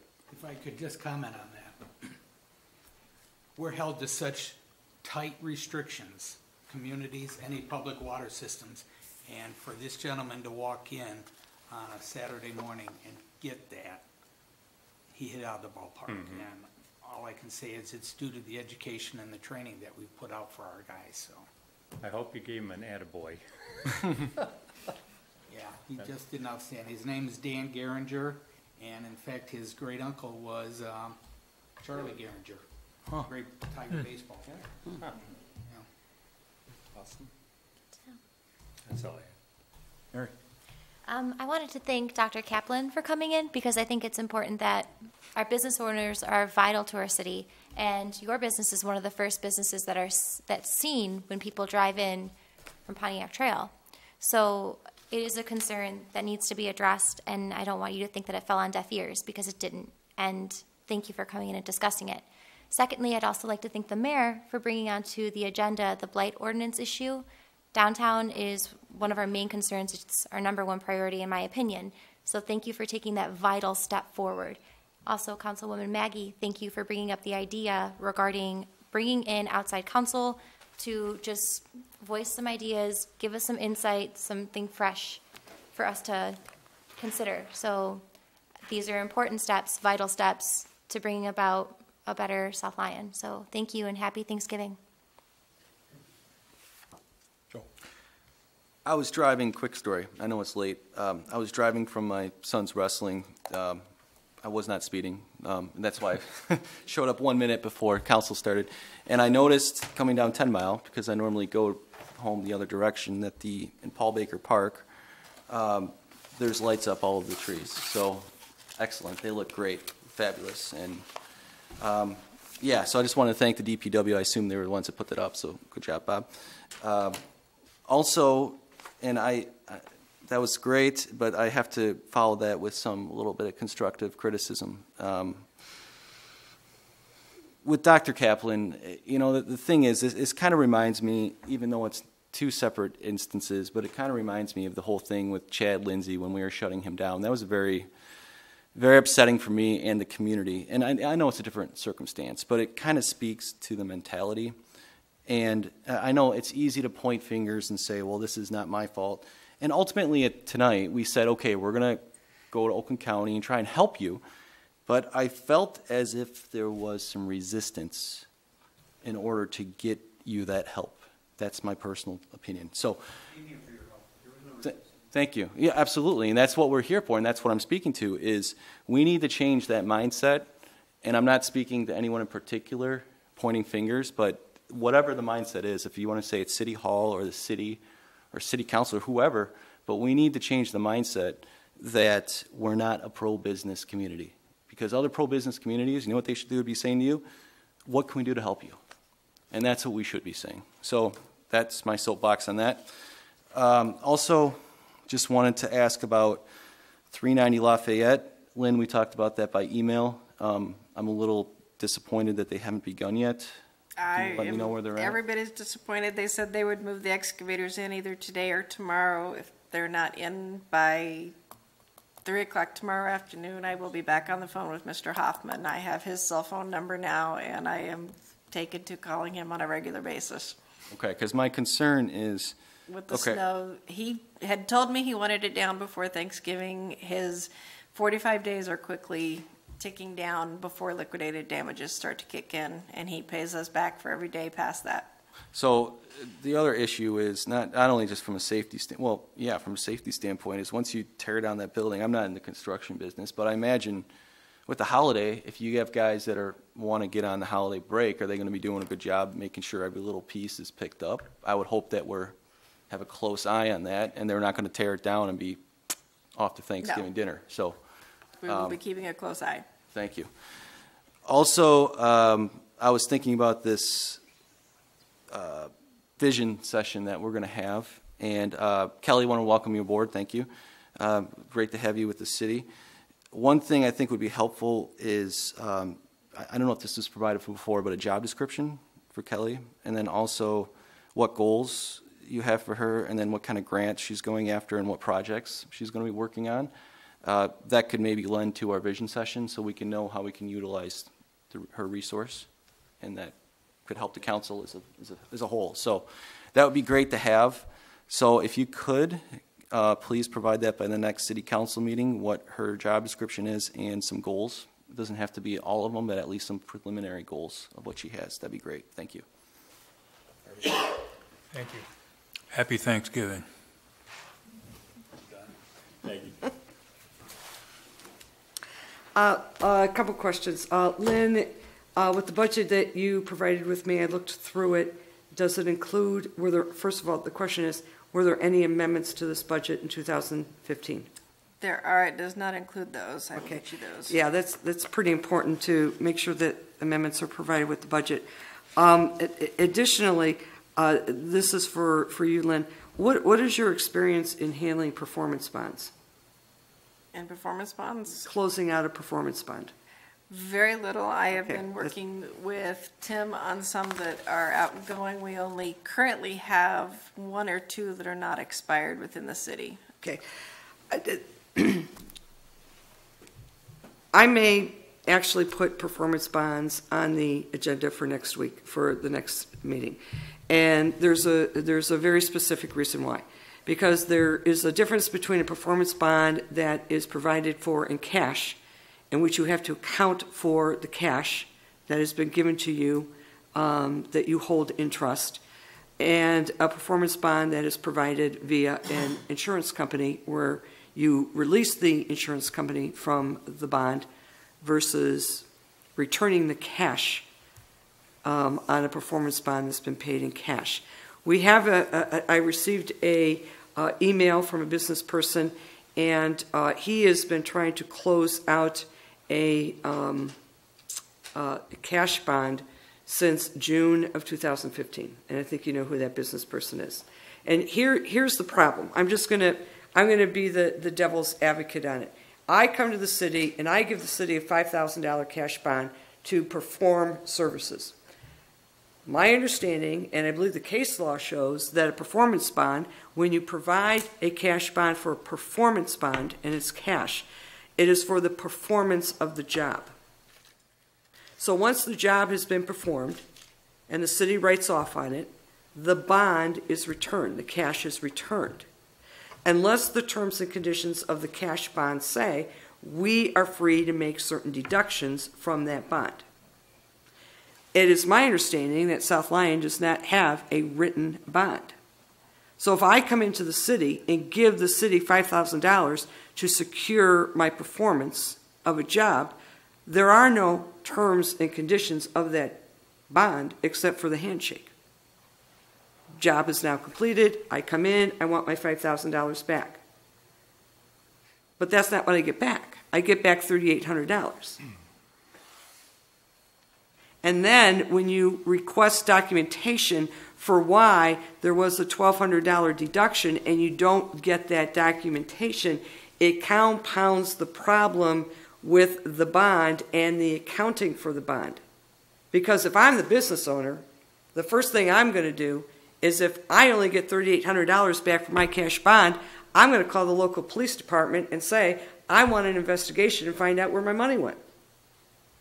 Because you haven't provided the documentation for where the $1,200 went. You haven't returned the phone call. You haven't done anything. So the next step is the felony route, because it's a felony if the money is missing. So I think that at some point we need to, because this is a business issue, this is a business complaint that I partially handled last week. Some of the documentation has been provided, but I think there may still be a dispute. I don't know for sure, but I have told the business owner, now that you've received your documentation, you need to now take the next step and decide whether or not you have been repaid what you are pleased with respect to your performance bond. Always on a cash bond, you want to make sure that you get a release from the city the city somehow gets a release from the business owner saying, I received my cash bond back. Because what it does is it defeats a potential claim for embezzlement. That's why you want to make sure your cash bonds are closed out properly. There's no procedure here in the city for that. So that's one issue. The next issue that I have deals with South Lyon Square. I went to the Planning Commission meeting, and this feeds into the discussion we had tonight on the downtown. And I went to the Planning Commission meeting on November 12th, and I listened to a presentation by Leo Gonzalez and Brian Najor about their development of South Lyon Square, formerly known as Huntington Square. And clearly, I was extremely disappointed in what I heard. Extremely disappointed. Questions were asked by the Planning Commission, what are you going to do with the parking lot? And Najor gave no timetable. The Planning Commission asked questions and said, so what are you going to do with the sidewalk? Well, you know, I really don't want to fix the sidewalks until I know what I'm going to be doing with the property. So what are you going to do with the exterior of the building? You know, I really don't know. I really don't. You know what? I don't want to commit right now to doing a whole lot. And I was absolutely disturbed by their lack of vision and their non-commitment to the city. Now, this is a blighted, this is why I'm talking about urgency of getting these attorneys in here and getting somebody on board ASAP. That shopping center up there is clearly blighted. And you have a developer or an owner, I'm not quite sure what Najor is, I don't know what his role is in this property, but you have basic property that is key to that downtown area. You come into South Lyon from the north, and the first big place you see that is within walking distance to that downtown is nothing but a blighted shopping center. So we have to somehow find a way that we're going to work with this developer and get something other than, as Gonzalez said, a dollar store in that district. That attitude has got to change. Because I walked out of there and I was quite angry when I heard their discussion. Upon further investigation of the property, I then find out, following Mr. Kivel's question, Councilman Kivel's question about the $13,000 rebate on the property. Take a guess whose property that was. That was South Lyon Square. So South Lyon Square got a $13,000 rebate on their taxes, and it's my understanding they are now still involved in an additional tax tribunal case. So now I understand why Najor was non-committal, because he did not want to commit to any improvements on the property and put them on the record and jeopardize his tax tribunal case in which he's trying to get the property taxes reduced. Now, this game of dumping in this city property and using vacant property as a tax write-off has got to stop. This has got to stop. That developer sat there, and I sat back there and listened to him, and I became even more upset when I found out he received a tax rebate. Now I understand why he didn't want to put anything on the record. And it's not just me, but it's Detroit City Council that is also a little bit upset with Mr. Najor. And let me tell you why I think he might be coming into some money, and it'll be interesting to see if he puts it on the property. Mr. Najor bought a piece of property in Detroit on Grand River, and the purpose of that property was to move the 3rd precinct, I believe the Detroit Police Department precinct, from the Woodward location over to a property that Mr. Najor purchased. He purchased it under Boulevard Holdings, LLC. Purchase of the property was about $1 million. He goes to City Council, and he now presents a lease and says, here's your lease for 3 terms, for 3 years, and at the end of it, it has an option for you to purchase the property at about $3.1 million. So in 3 years, I believe City Council approved the lease. I think they wanted to renegotiate it because Mr. Najor did not disclose to City Council, Detroit City Council, that he and one of his co-sponsors, I think Saeed, contributed money to Duggan's campaign. And I think City Council was a little bit upset that the disclosure of campaign money should have been open to Detroit City Council. But you have a developer that appeared before us 2 weeks ago, 2.5 weeks ago, and he potentially is going to make about $2 million off of that property when he sells it to the city of Detroit, if Detroit exercises its option to purchase that building on Grand River. Now, I want to see that $2 million invested in this property over here in South Lyon. I mean, I am going to be tough at every turn, at every opportunity for any developer who comes into this town and thinks that they're just going to dump garbage in this town and then walk away. Because I was disgusted with what Mr. Najor said that night, both him and the realtor, Gonzalez. Well, the only thing we can put in there is a dollar store. I just said, you know, we got to rethink this. We just have to rethink it. Those are my comments on South Lyon Square and Brian Najor. Thank you. Okay, I was going to have a lot more, but I'm going to keep it short. Oh, no. One of them is, got this really quickly. I've seen these before, but page 2, best page in the entire book. I'm not even going to tell you what it is. Like, we should all look at it. Page 4, communicating with the media, but that doesn't mean just the media. That means what we say outside of here also.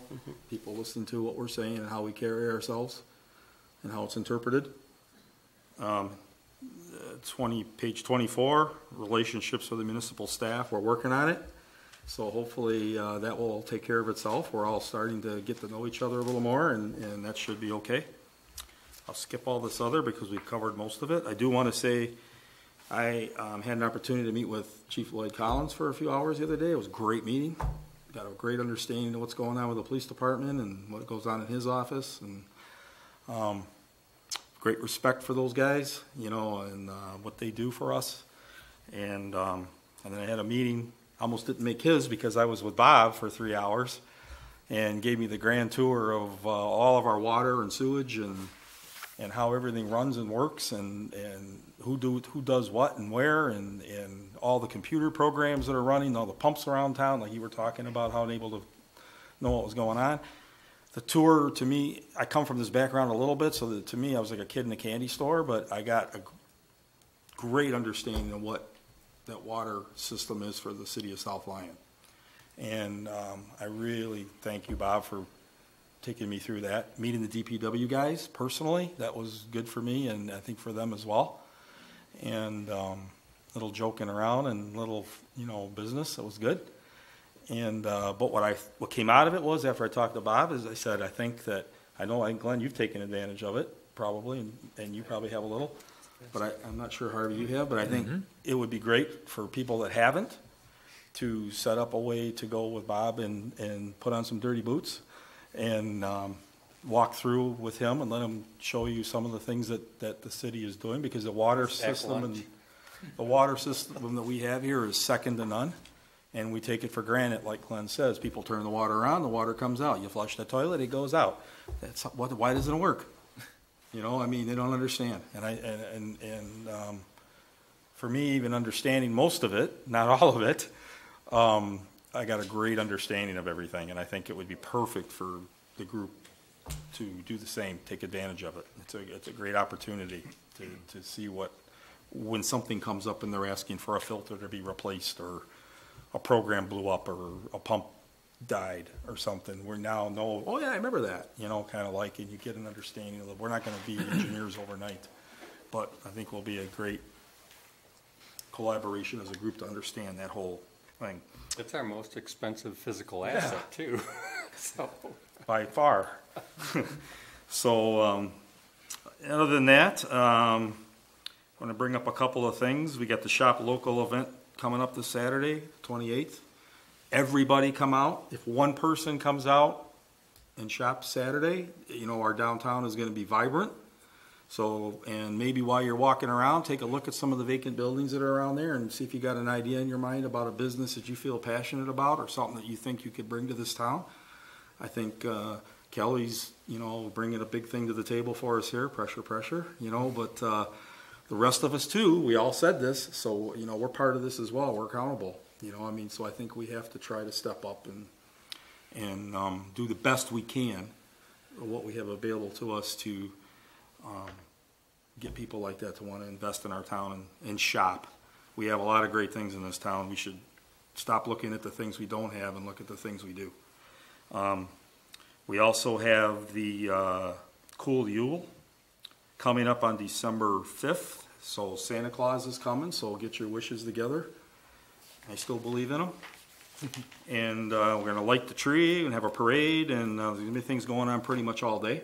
So I think everybody should attend that. And if you haven't, you should, because it's going to be really, really good. And I think they're still looking for volunteers from what I read on their site and talking to a couple of people. And the last one is December 9th. I'm going to be attending the South Oakland County Mayor's Association December dinner in Madison Heights. So I'm going to try to represent South Lyon very well and see maybe if I could pick some heads of some people while I'm there at the same time. We'll see what happens. So other than that, like Harvey said, happy Thanksgiving to everybody in South Lyon, including everybody up here, which we haven't said, except Harvey. And that's all I got. So, Move we adjourn. I'll second. Let me say all here. It's 10:35. Long one.